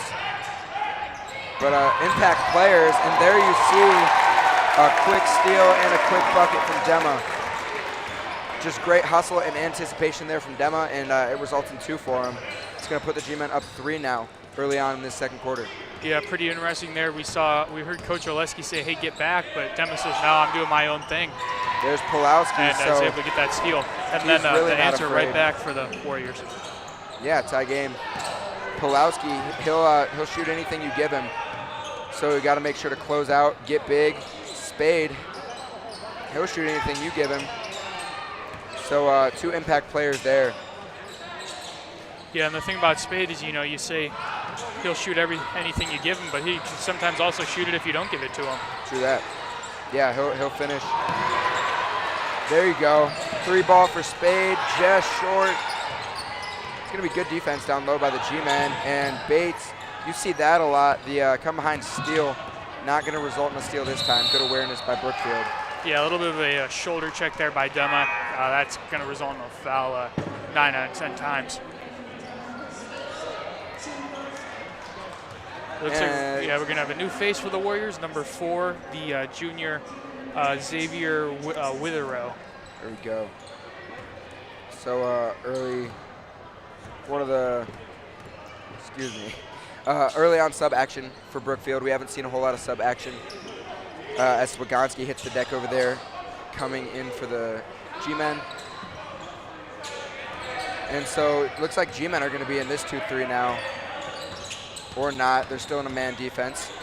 Looks like a man was switching. Yeah. It's something back in the old Portage Trail Conference we always used to see Mogador do. Nice step through there by Jones, and able to just grab that. That's just hustle there by Jones. That's something Mogador used to do when they won 6 out of 7 PTC championships in basketball. Is they would switch the screens because all their players were fast. Kind of like this Brookfield Warriors team, a lot of guard-like players. Yeah, we saw Jones there again getting his own rebound off a miss. I believe that's the second time that's happened tonight. But off for the layup for Dema. You see him shaking his head, trying to get into it. But now we're going to have Summer into the game. Didn't even comment on that. Yeah, Jackson Summer there, number 22, guarding number 22 from the Warriors, Nevin Hoffman. Pulowski, the quick runner. That one will be a long rebound. Summer will control it. So it looks like they're going to be trying some different lineups tonight. The G-men, that is. Swagonski's going to try to play with them down low. Spade going to fire it. And off again for Spade. Not like him. But he's going to stay in, and he's going to keep shooting. Shooter's going to shoot, right? That's right. I think it's hard because normally you'd see guys like that try to drive if they keep missing the jumpers. But it's hard to drive on Isaiah Jones because when Isaiah Jones is down there, because he's gonna throw a block party like it's nothing. So we'll see how the G-men are able to adjust. Off for Summer on his first free throw. We don't see him get to the line too much, but a lot of his game is passing and cutting, and it works so well. So here he is for the second shot, trying to cut the lead to 1 for the Warriors, and he will. Summers, his first bucket on the game. And now it looks like the G-men are going to put in their press, and it's going to pay off immediately off the foot of Jones. It'll stay G-men ball. Going to be able to set up now, as well as the Brookfield defense, and look for a good look here. Yeah, so Anthony Dema, of course, we made a comment about how big he is, but he's just as fast as anybody. He's got those quick hands, too. Just an athlete he is. There we are. Spade hit his first shot. So release the floodgates. That might be the start of tonight, Caden Spade's scoring, as we see Geddes ready to come in for the G-man, and Demo will be fingertips away from a steal. Then that's going to be a TJ Laverty getting his second bucket of the game. Quick drive, Swifty there by Laverty. Spade, he'll fire it again, and there we go. What did I say? He found it. He's checking the scoreboard. Up 3 now. As the G-men are going to trap hard on Jones, but he's tall. He'll go over. Baseball pass across, and Bates, good steal there. G-men really picking up the intensity. Swagonski going to drive, going to take it all the way. Spade still has his hands up. Looked like he was wide open over there, but Swagonski just put his head down and drove. So what are you thinking for Spade this game, Cam? I'm thinking if they don't guard him and he keeps getting shots, it's going to be raining threes for him, because it's only a matter of time before he hits up. He wasn't anywhere close to hitting one. I think his first 3 or 4 threes that he attempted, but he just hit the last 2 like they were like it was his bread. That's his bread and butter. Is was catching 3 balls, and then if he can get the drive game going, I think it's going to be hard to stop. But let's see if the G-men can stop Isaiah Jones. He only has 6 points right now, but his presence has been known. He's been altering shots, if not blocking them a lot. So we're going to have a Summer check out and Geddes check back in. So we'll return for the to the starting lineup for the G-men here. And yeah, Spade, once he starts hitting, the defense really doesn't know what to do with themselves, and he'll drive on you just as well as he'll shoot on you. So we'll see what happens this game as Dema gets on the floor, and they're going to call a timeout. Coach Oleski's going to call a timeout before they were able to get a jump ball. So good awareness there by Coach Oleski, and we'll be back after this timeout.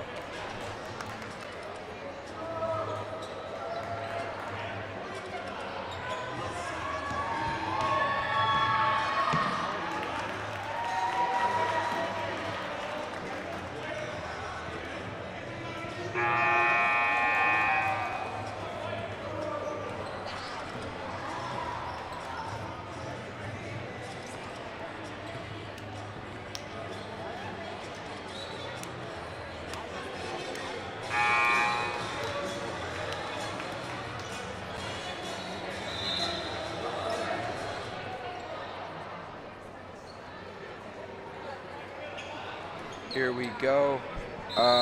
Looks like Brookfield's going to be implementing their press now.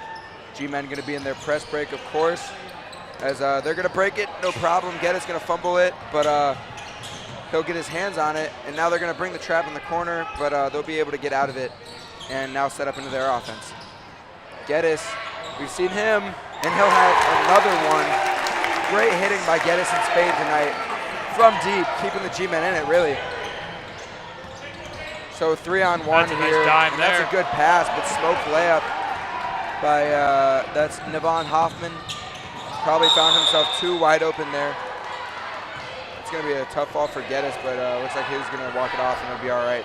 Yeah. So just quickly, Geddes and Spade with 5 threes already between the two of them, just in a span of a few minutes here.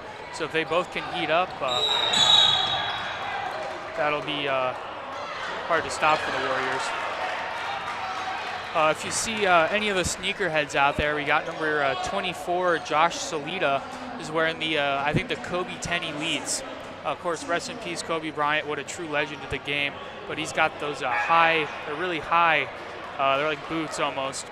I remember I wanted a pair, but they were like out of production or something back in the day. So I had to settle on the 2015 Hyper Dunks. They're still a good shoe either way, but of course you can't really go wrong with the shoe to hoop in. It's all personal preference anyway. True that. Who do we have checking in there for Brookfield, Kim? Looks like we got number 25. It's going to be Carter Creed, the junior. So he's listed as a guard, and it seems there's Geddes is going to D up on him. So we have number 1 guarding number 1. Caden Spade's going to be guarding Isaiah Jones here, the two tallest and lengthiest players for both teams. True that. Yeah. You see Swagonski pick up Jones now, such a defensive dog. And they're going to just pass it around the horn, pass and cut, try to get inside, try to break this man defense. We haven't seen a lot of sets here from Brookfield. Just good ball movement and deep threes from Pulowski. That one's way short.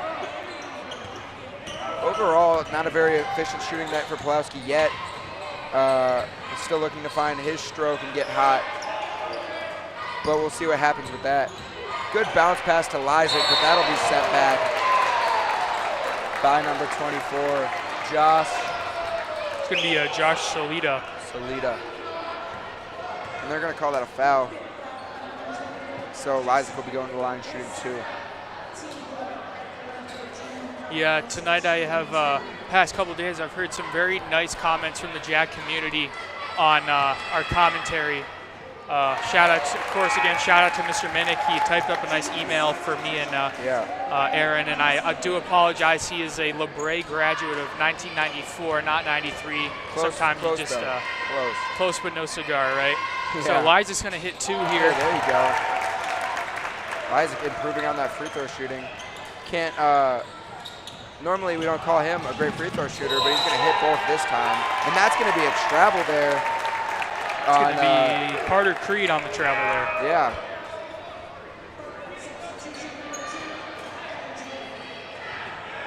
So Geddes on the inbound here. Janik back in the game.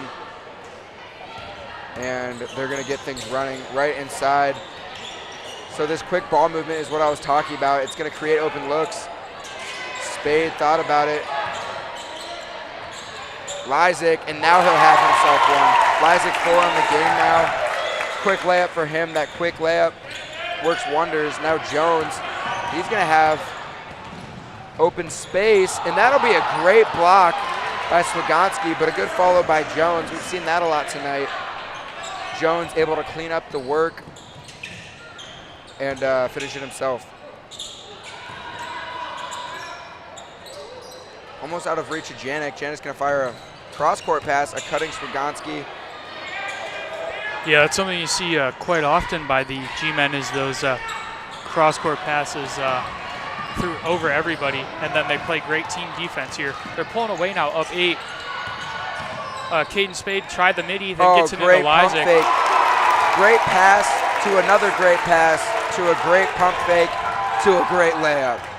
There's Lysick finishing it, putting the G-men up 10 now. They've got some traction as Pulowski is going to commit the charge, and Janik's going to draw one, taking a page out of Swagonski's book, and that'll go G-men way. 0.1 second, going to have to heave a full quarter. And yeah, on that last possession for the G-men, the good old pump fake was a Tom Bart special. I had to rely on the pump fake for my scoring in 8th grade basketball. They're not going to have time to chuck it up. Janik will from half court anyway. Almost got that, but G-men pulled away there at the end, up 10 now. Still a second half of play that I think is going to be an absolute dogfight. Warriors are going to have to crawl back into this one. G-men are going to have to close it out. So make sure to come in for that one. Aaron's been doing a great job leading the commentary tonight, and I hope you guys have all enjoyed it. Make sure to check back in about 10 minutes for the second half. We'll be back.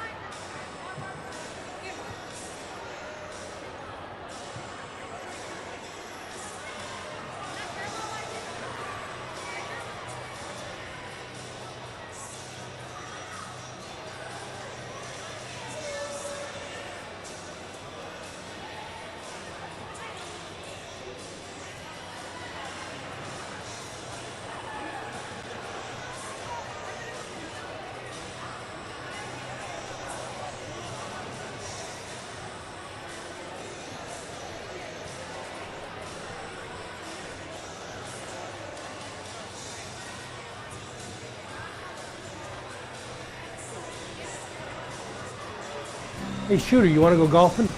Sure, boss. I'm driving.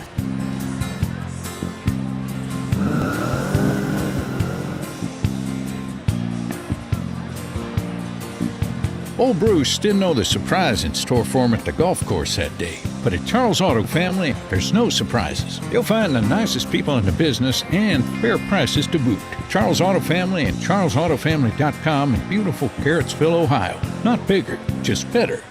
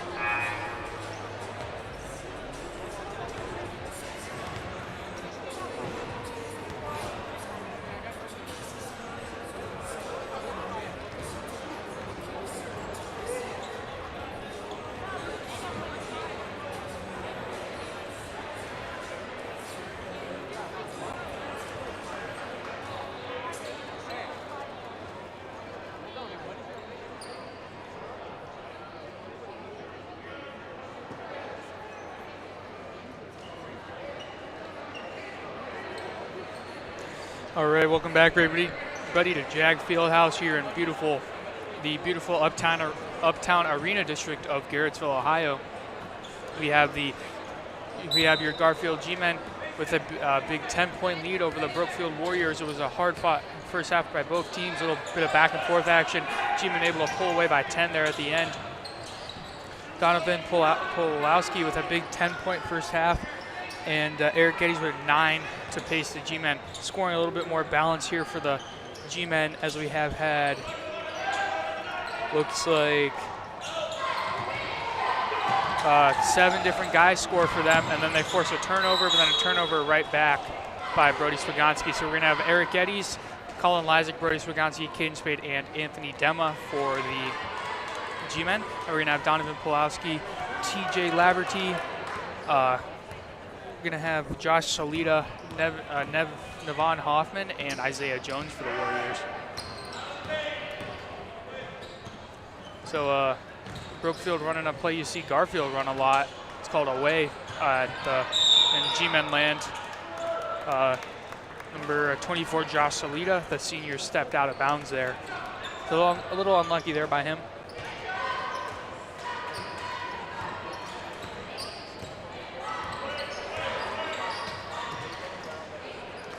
So Aaron will be joining us soon here as Caden Spade looks to heat up. I think if this would have been a true continuation of the second quarter, he would have hit that one. He came alive with 2 3 balls at the end of the second quarter, but he started off a little cold, but he's at 2 3 balls tonight. And Colin Lysak with a big 6 points for the G-Men. He's able to been able to encounter the length and athleticism of Isaiah Jones down there in the paint. So Salita's going to get it up to, actually it's going to be Nevin Hoffman gets it up to Jones, who then gets it over to Donovan Pulowski. Of course, Donovan Pulowski, the quarterback for the Brookfield Warriors, a good thrower of the ball and runner of the ball too. His favorite target was the guy with the ball right there, number 1, Isaiah Jones. He tries a 3-ball, so that could be dangerous for the G-Men if the big man's able to hit extend his range and hit threes. Dema looking to drive. He picks up his dribble, gets it over to Geddes from the top of the arc. No on that one, and then Dema the quick follow. Brody Swiganski gives a pump fake and not able to get that one to go. So good job there by Swiganski. You see it a lot by the G-Men is they're waiting for the, they know the Warriors are very eager to block shots. And they just wait for the contact and go up hard. So Swiganski, you don't see him score too much. He's got 3 on the evening, as we're going to have Tiandre Craig. I think that might be his first minutes of the game, the senior checking in for the Warriors.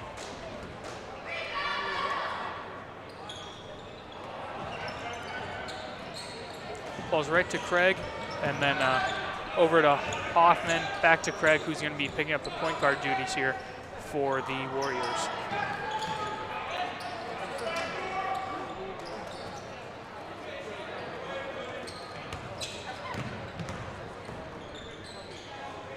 So neither team really too inclined on coming to life here in the opening parts of this quarter, as Isaiah Jones is feeling that one not even close. So this looks like Aaron's going to be joining us here. Hey, yo. Yeah, so I'm sure you already commented on it, but I saw that Isaiah Jones 3 out of the corner of my eye.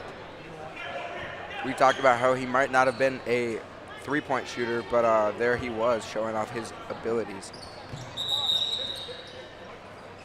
Yeah, he's just got that athleticism and speed, although the kick ball, he still was able to get good contact on that one after a quick pass by Swiganski. So you just show how quick he is, his reaction time, and how quick he's able to move his body. So throws out a leg there. Swiganski needs to get it in. He lobs it up to Lysak, and Lysak says, you got to get up there, little boy. That's what he says there, but then throws it away. So the refs, I think they called one charge. A couple of times it looks like it's been a charge, but they decided on no call there. So Demetrius Swiganski thinks better of the midi and is able to get the layup. Swagonski 6 on the game now.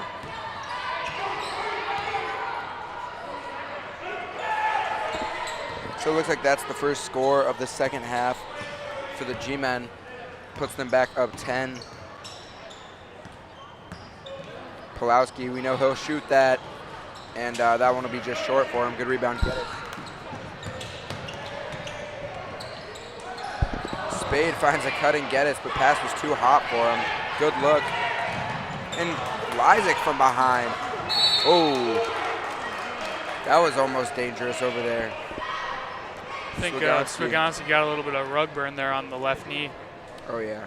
Opts almost to, ate the wall. Yeah, opts to actually almost ran into Mrs. Cararella over there, who is running in charge of ticketing for tonight. Pulowski will get himself an easy lay with some slicing and dicing inside. So like you said, this second half could be a dogfight. Obviously, single digits now. 9 point, 8 point. There we go. Never mind. Caden Spade put it up to double digits. Still a close game, but up 11 now thanks to that Spade 3. Yeah, we saw the guy there in the front row. He was wearing camouflage. I almost didn't see him. He loves it from Spade with the popcorn there and the hat. Yep. The true American. Jones will control it now, and he'll go all the way to the hoop, and he just says he's too big, and he'll finish on him. He'll rock the cradle, it looked like. And yeah, great move there by Jones all the way. Dema gonna find Lysick, pass again too hot. I was talking about those strong passes, but these are getting a little bit too strong, it looks like.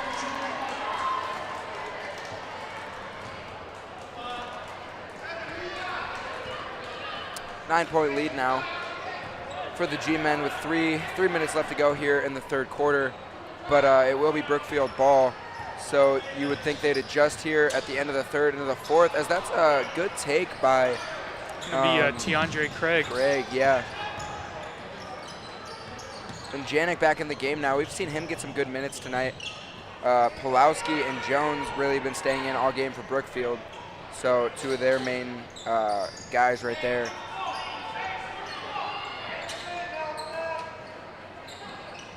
Yeah, G-men with a 9-point lead here, they don't need to force anything up. They're just going to look for their cuts through and see if they can take matters into their own hands by driving. Swagonski going to split Good the feed defense there. and dump it off. Great move by Swagonski led to an easy layup for Dema. And I don't know if I've ever seen Dema miss an open layup. So he won't there, and that'll be a travel on Pulowski. Not like it really mattered because he airballed the floater, but we won't acknowledge that part. yeah, really good sized student section tonight. I'll have to have the chief camera operator pan over there and see the students. I think just the JV cheerleaders are playing to the theme of like Beach Hawaiian. No one in the student section is really embracing that, and that's okay. That's the only thing that really matters is that they're here, and then a travel on the other end by Swagonski. Yeah, so travels back and forth now for the point guards. Yeah, I have to go into my bag of tricks for this one. Why don't, of course, if you watched the stream yesterday, just play along. But why don't you see many fans from the visiting team at their away games? Why is that? Because they don't like traveling. Nah, true that. So that's really applicable to that last possession for the G-men. So what are your thoughts tonight on, we've talked a lot about Isaiah Jones, but what have you thought about Donovan Pulowski, who's second on the team now with 12 points for the Warriors? What do you think of him? I mean, you got to admire his confidence. He's always ready to shoot it, and he'll really shoot anything from way out, too. That'll be a timeout by Brookfield. But, yeah, he'll shoot anything, and I think he's shifty, and he's able to get to the rack. So we've seen flashes of great basketball from him. That's what I think. But we'll be back after this timeout.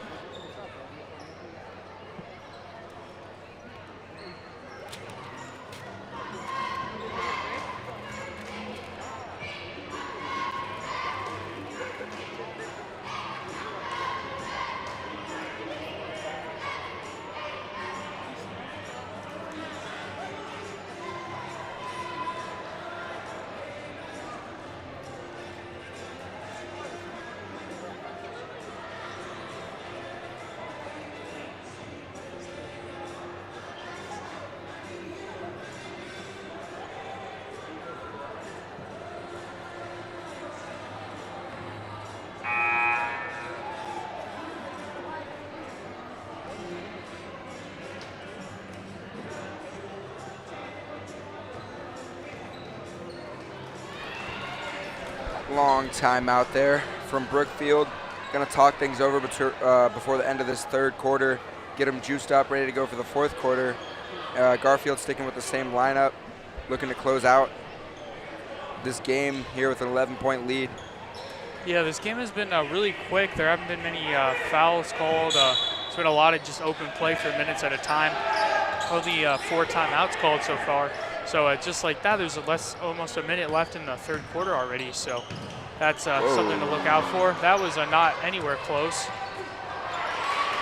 Janet tried to get a piece of it from behind, but just missed it. And who's that on the bucket? That's going to be Tiandre Craig getting in the book for tonight. Number Craig, 3. We've heard his name.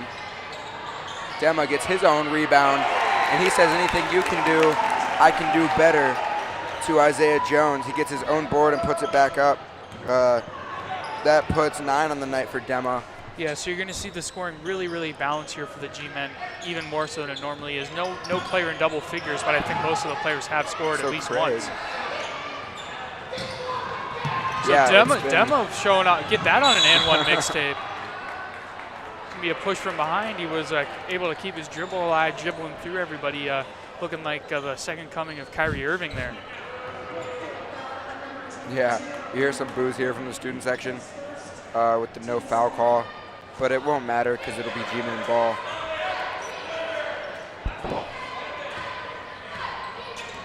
Or maybe it was a foul call. Either way. Swagonski's going to control it up top. Looks like the G-men are maybe going to try to run a set or something. Dema's going to call for a switch with Janik.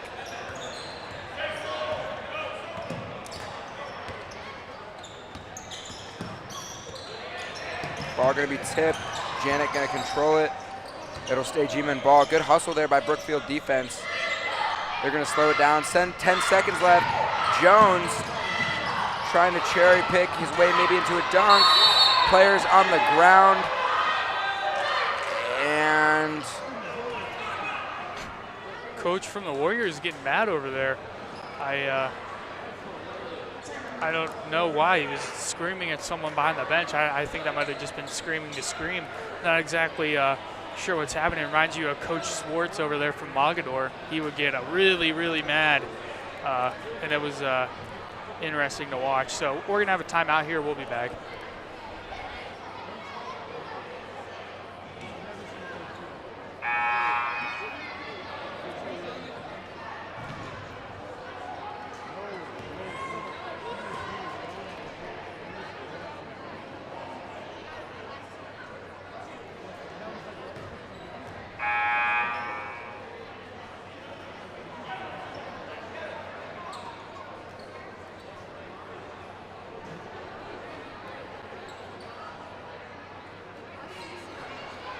Back now from that timeout. Still don't know what the coach was yelling about over there, if he was yelling at the guy behind him or just to him. But unsolved mystery, and we'll move on from it. Brookfield's going to have 3 seconds to get a pass, but Carter Bates going to have to get a shot up, and that'll be short, but good hustle there by Bates to stop Brookfield from scoring and get a good look for himself. So we'll be back for this fourth quarter of play. Grab your popcorn. It's going to be a good one. Hey, Shooter, you want to go golfing? Sure, boss. I'm driving.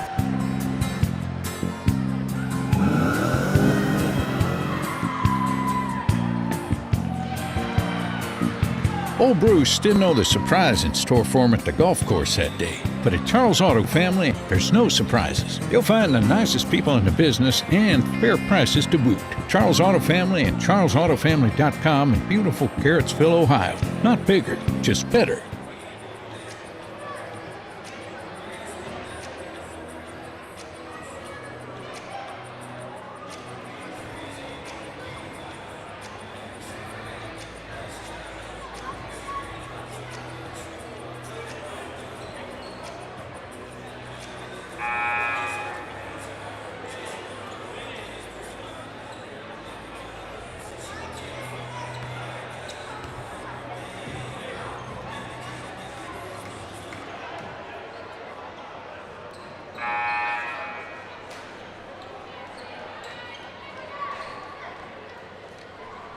Talking to Landon here about some math games we played yesterday. Of course, my team came out on top because that's just what we do. We win. Yeah, but everyone won.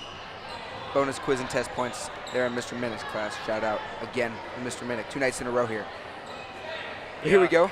Yeah, Mr. Minnick, one of the most famous people I know. Yeah, ought to be. You're lucky if you know him. And if you don't, then you should. True that. So yeah, back to basketball now. 4th quarter of play. 8 minutes left to go. G-Men still holding an 11-point lead. Not much progress on Brookfield's end to crawling into a comeback. So we'll have to see what happens here in this last quarter. What was it, like 32 to 22 at halftime? Does that sound about right? That sounds about right, yeah. Yeah, so the game a little bit on the lower scoring end, but that's okay. Coach Olesi doesn't care what the score is as long as the G-Men are ahead. Yeah, definitely truthful there. And Bates just being hounded up there by the Brookfield defense, and they're going to call a foul on it. Maybe hounded a little bit too much. Yeah, that's a little unlucky there by the Warriors. They thought they got to get away with good defense, and Bates was able to fight through and still get the pass off, but it's a foul nonetheless. So we're going to see leading scorers tonight. We have Isaiah Jones with 13 for the Warriors and Donovan Pulaski with 12. And then 9 from Caden Spade for the G-Men, 9 from Anthony Dema, and 9 from Eric Geddes for the G-Men. Yeah, there's the scoring breakdown.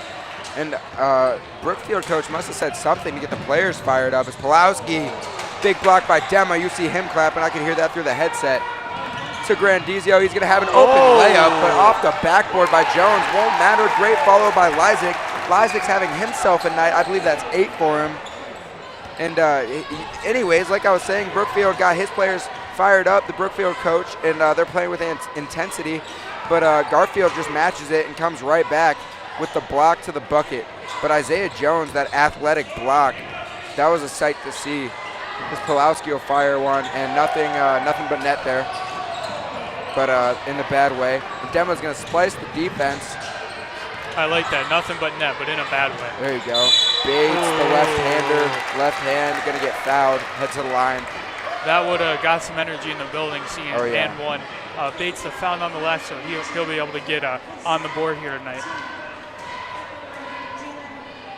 Yeah, so definitely, like you said, the scoring's very spread out for this G-Men team. Not as much for Brookfield, but they're still putting their points on the board. But Carter Bates will extend the lead to 14 now, early on in the 4th, so lots of time left. But good hit there by Bates.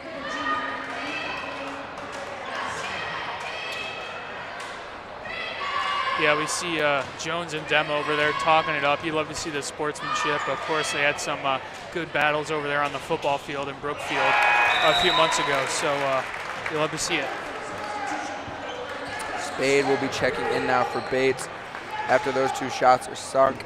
That'll extend the lead to 15, and it's going to be a tough ride for Brookfield here to battle back. But we'll see what happens.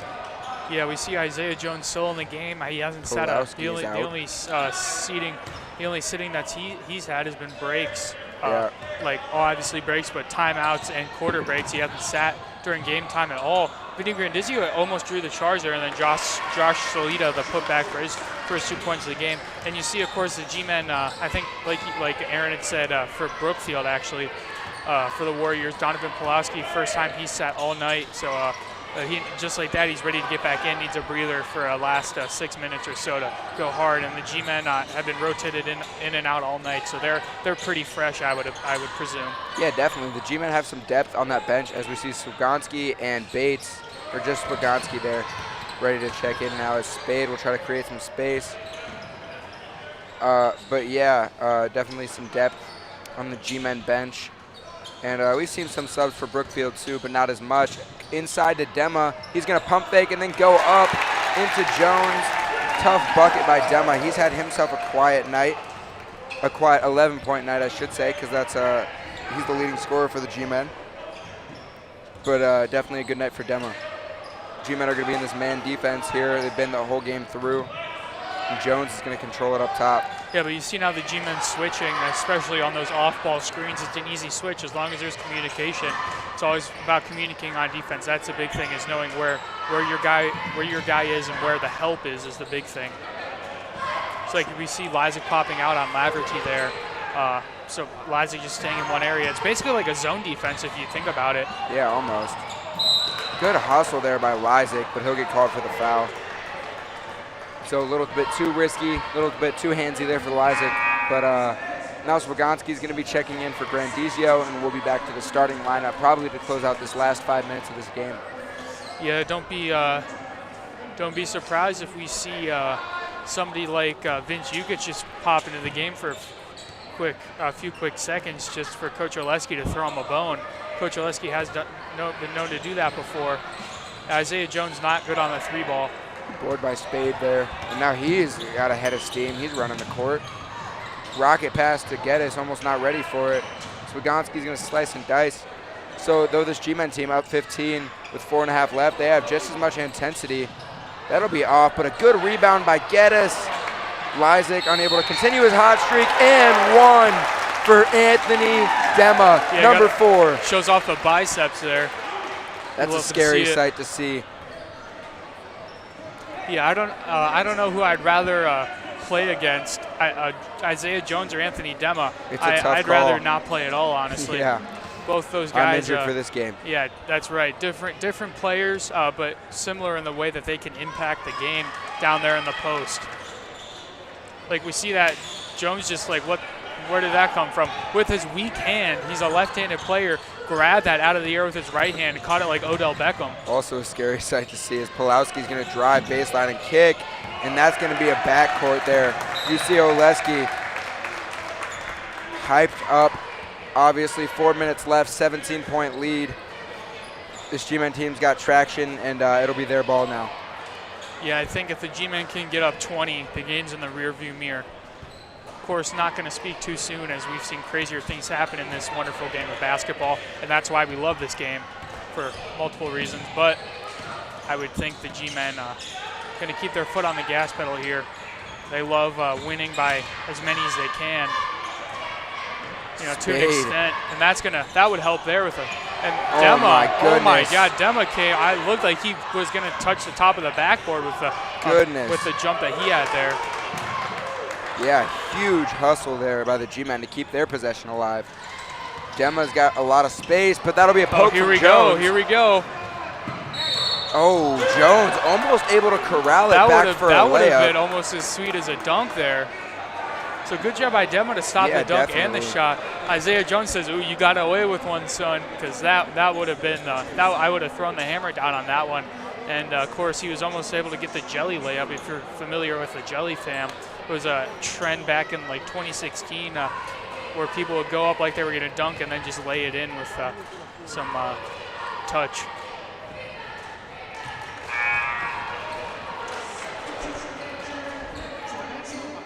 Yeah, first one will go for Jones, cuts it to 16, but they're going to need more than 1 point here to be back in this game. They're going to need some fire from Pulowski and Jones and the rest of the starting 5 for Brookfield.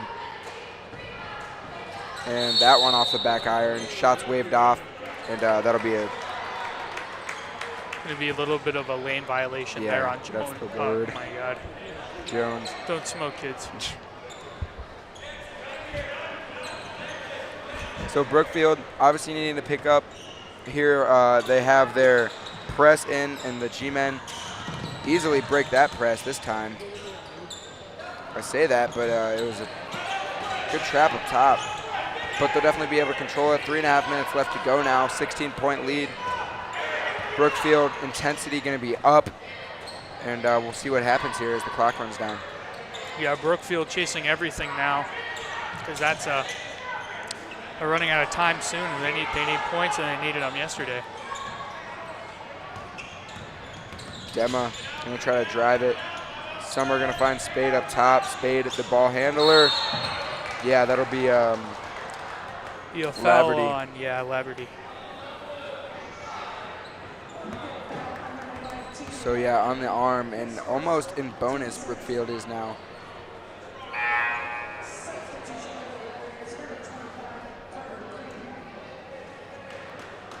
So who's that we have checking in and checking out? Looks like we got a junior, Carter Creed, checking in, and he's going to replace Josh Solita, the senior. Yeah, so you would imagine this would be the finishing lineup for Brookfield, the Warriors. As Dema's just going to get big and bully his way inside. And that might be the nail there. 18 points. Dema, a statement there.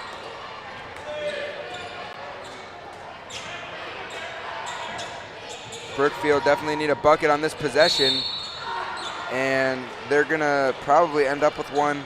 That'll be a shooting foul down low. That'll be Jones heading to the line now.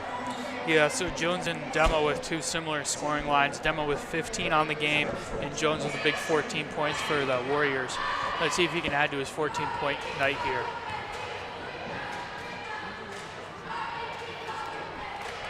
Yeah, so Spade was 46 points to his 1,000-point mark, and now he'll be 9 less, of course, unless he scores another bucket, which is possible.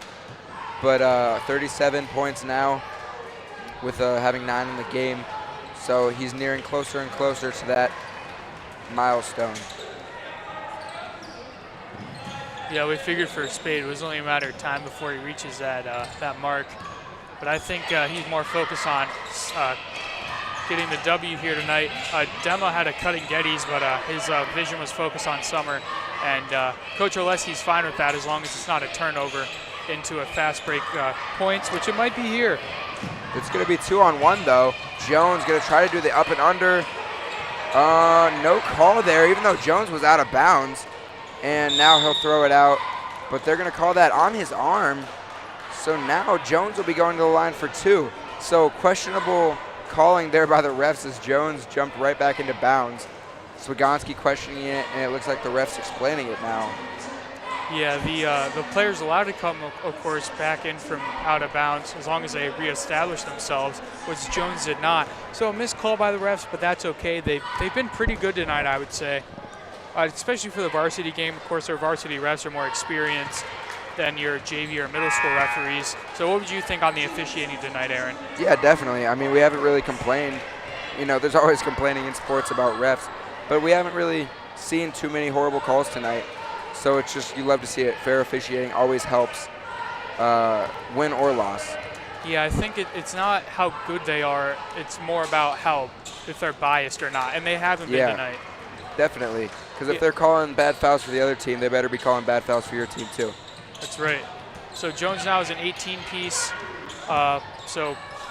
18 of his team's 38 points. And Carter Bates finds a cutting Dema to a cutting Gettys for and one. Gettys might. I said that that layup from Dema might have been the nail in the coffin, but I definitely think that layup from Gettys could have been.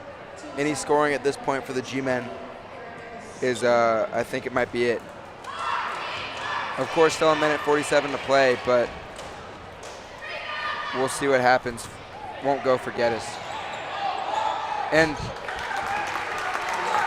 miscommunication. Nobody knew what was going on. Bates got his head in the game and gets a bucket for the G-men. So like that one might be the nail in the coffin. Yeah, just like they drew it up there. G-men up 18 now. A minute 30 to play, and I think it's all over but the shouting. Wow. Now, you don't see that too often at the varsity level. No, you don't. And obviously just unaware of what was going on, both teams even. But Bates able to collect his thoughts first and get himself an easy 2. Yeah, so Dema getting in his handle in his bag tonight. Yeah. Got a minute left. G-men still up 18. They've been good job. That's always Coach Oleski's big thing is taking care of the basketball towards the end of the game. We've seen that a lot if they've had sizable wins that haven't exactly come down to the wire, because they're able to just spread the floor out. And Coach Oleski isn't one to run up the score. If they're up by 30, he's going to get his guys in there, get some guys some minutes. I'm surprised to not see any of the freshmen or the JV players checking in, but I guess that's not exactly the first thing on Coach Oleski's mind right now. He's just happy to take the W and move on to the next one. Spade will hit that. Yeah, so Spade up to 10 now on the game. So 1 point Gettys closer. has 11 and Dema has 15. So not too high of scoring, but very, very balanced for the G-men. Jones going to corral that rebound. He's probably going to look to go coast to coast, but he'll find Number 25, Carter Creed for the shot, won't go. Whistles blow, will go G-Men way. So probably just gonna run the clock out here on this possession. Hard-fought game definitely from both teams tonight. But the G-Men come out on top here at home, which will advance them to 6-5, and Brookfield will fall to 4-6. So the next stream for us will be a Tuesday night home game this Tuesday against Ravenna. Ravenna is always a tough opponent. They are very well coached, and they got some athletes on their team. So, and then next Friday is going to be a big game against LeBray. G-Men lost by 30, I think, last time in Leavittsburg against LeBray, and they're going to look to bounce back here. They got 2 conference wins this week against Crestview and Brookfield, and I think the girls teams are home for a few or away for a few games, so we won't be streaming those games. So check back in with us on Tuesday, the 18th of January of this wonderful year, 2022, and. Good night to everybody. Thanks for tuning in. Big night for the G-Men. Big night for Anthony Dema. Big night for Isaiah Jones. But Anthony Dema's team, the Garfield G-Men, come out on top. It was a great game. I hope everyone checks back.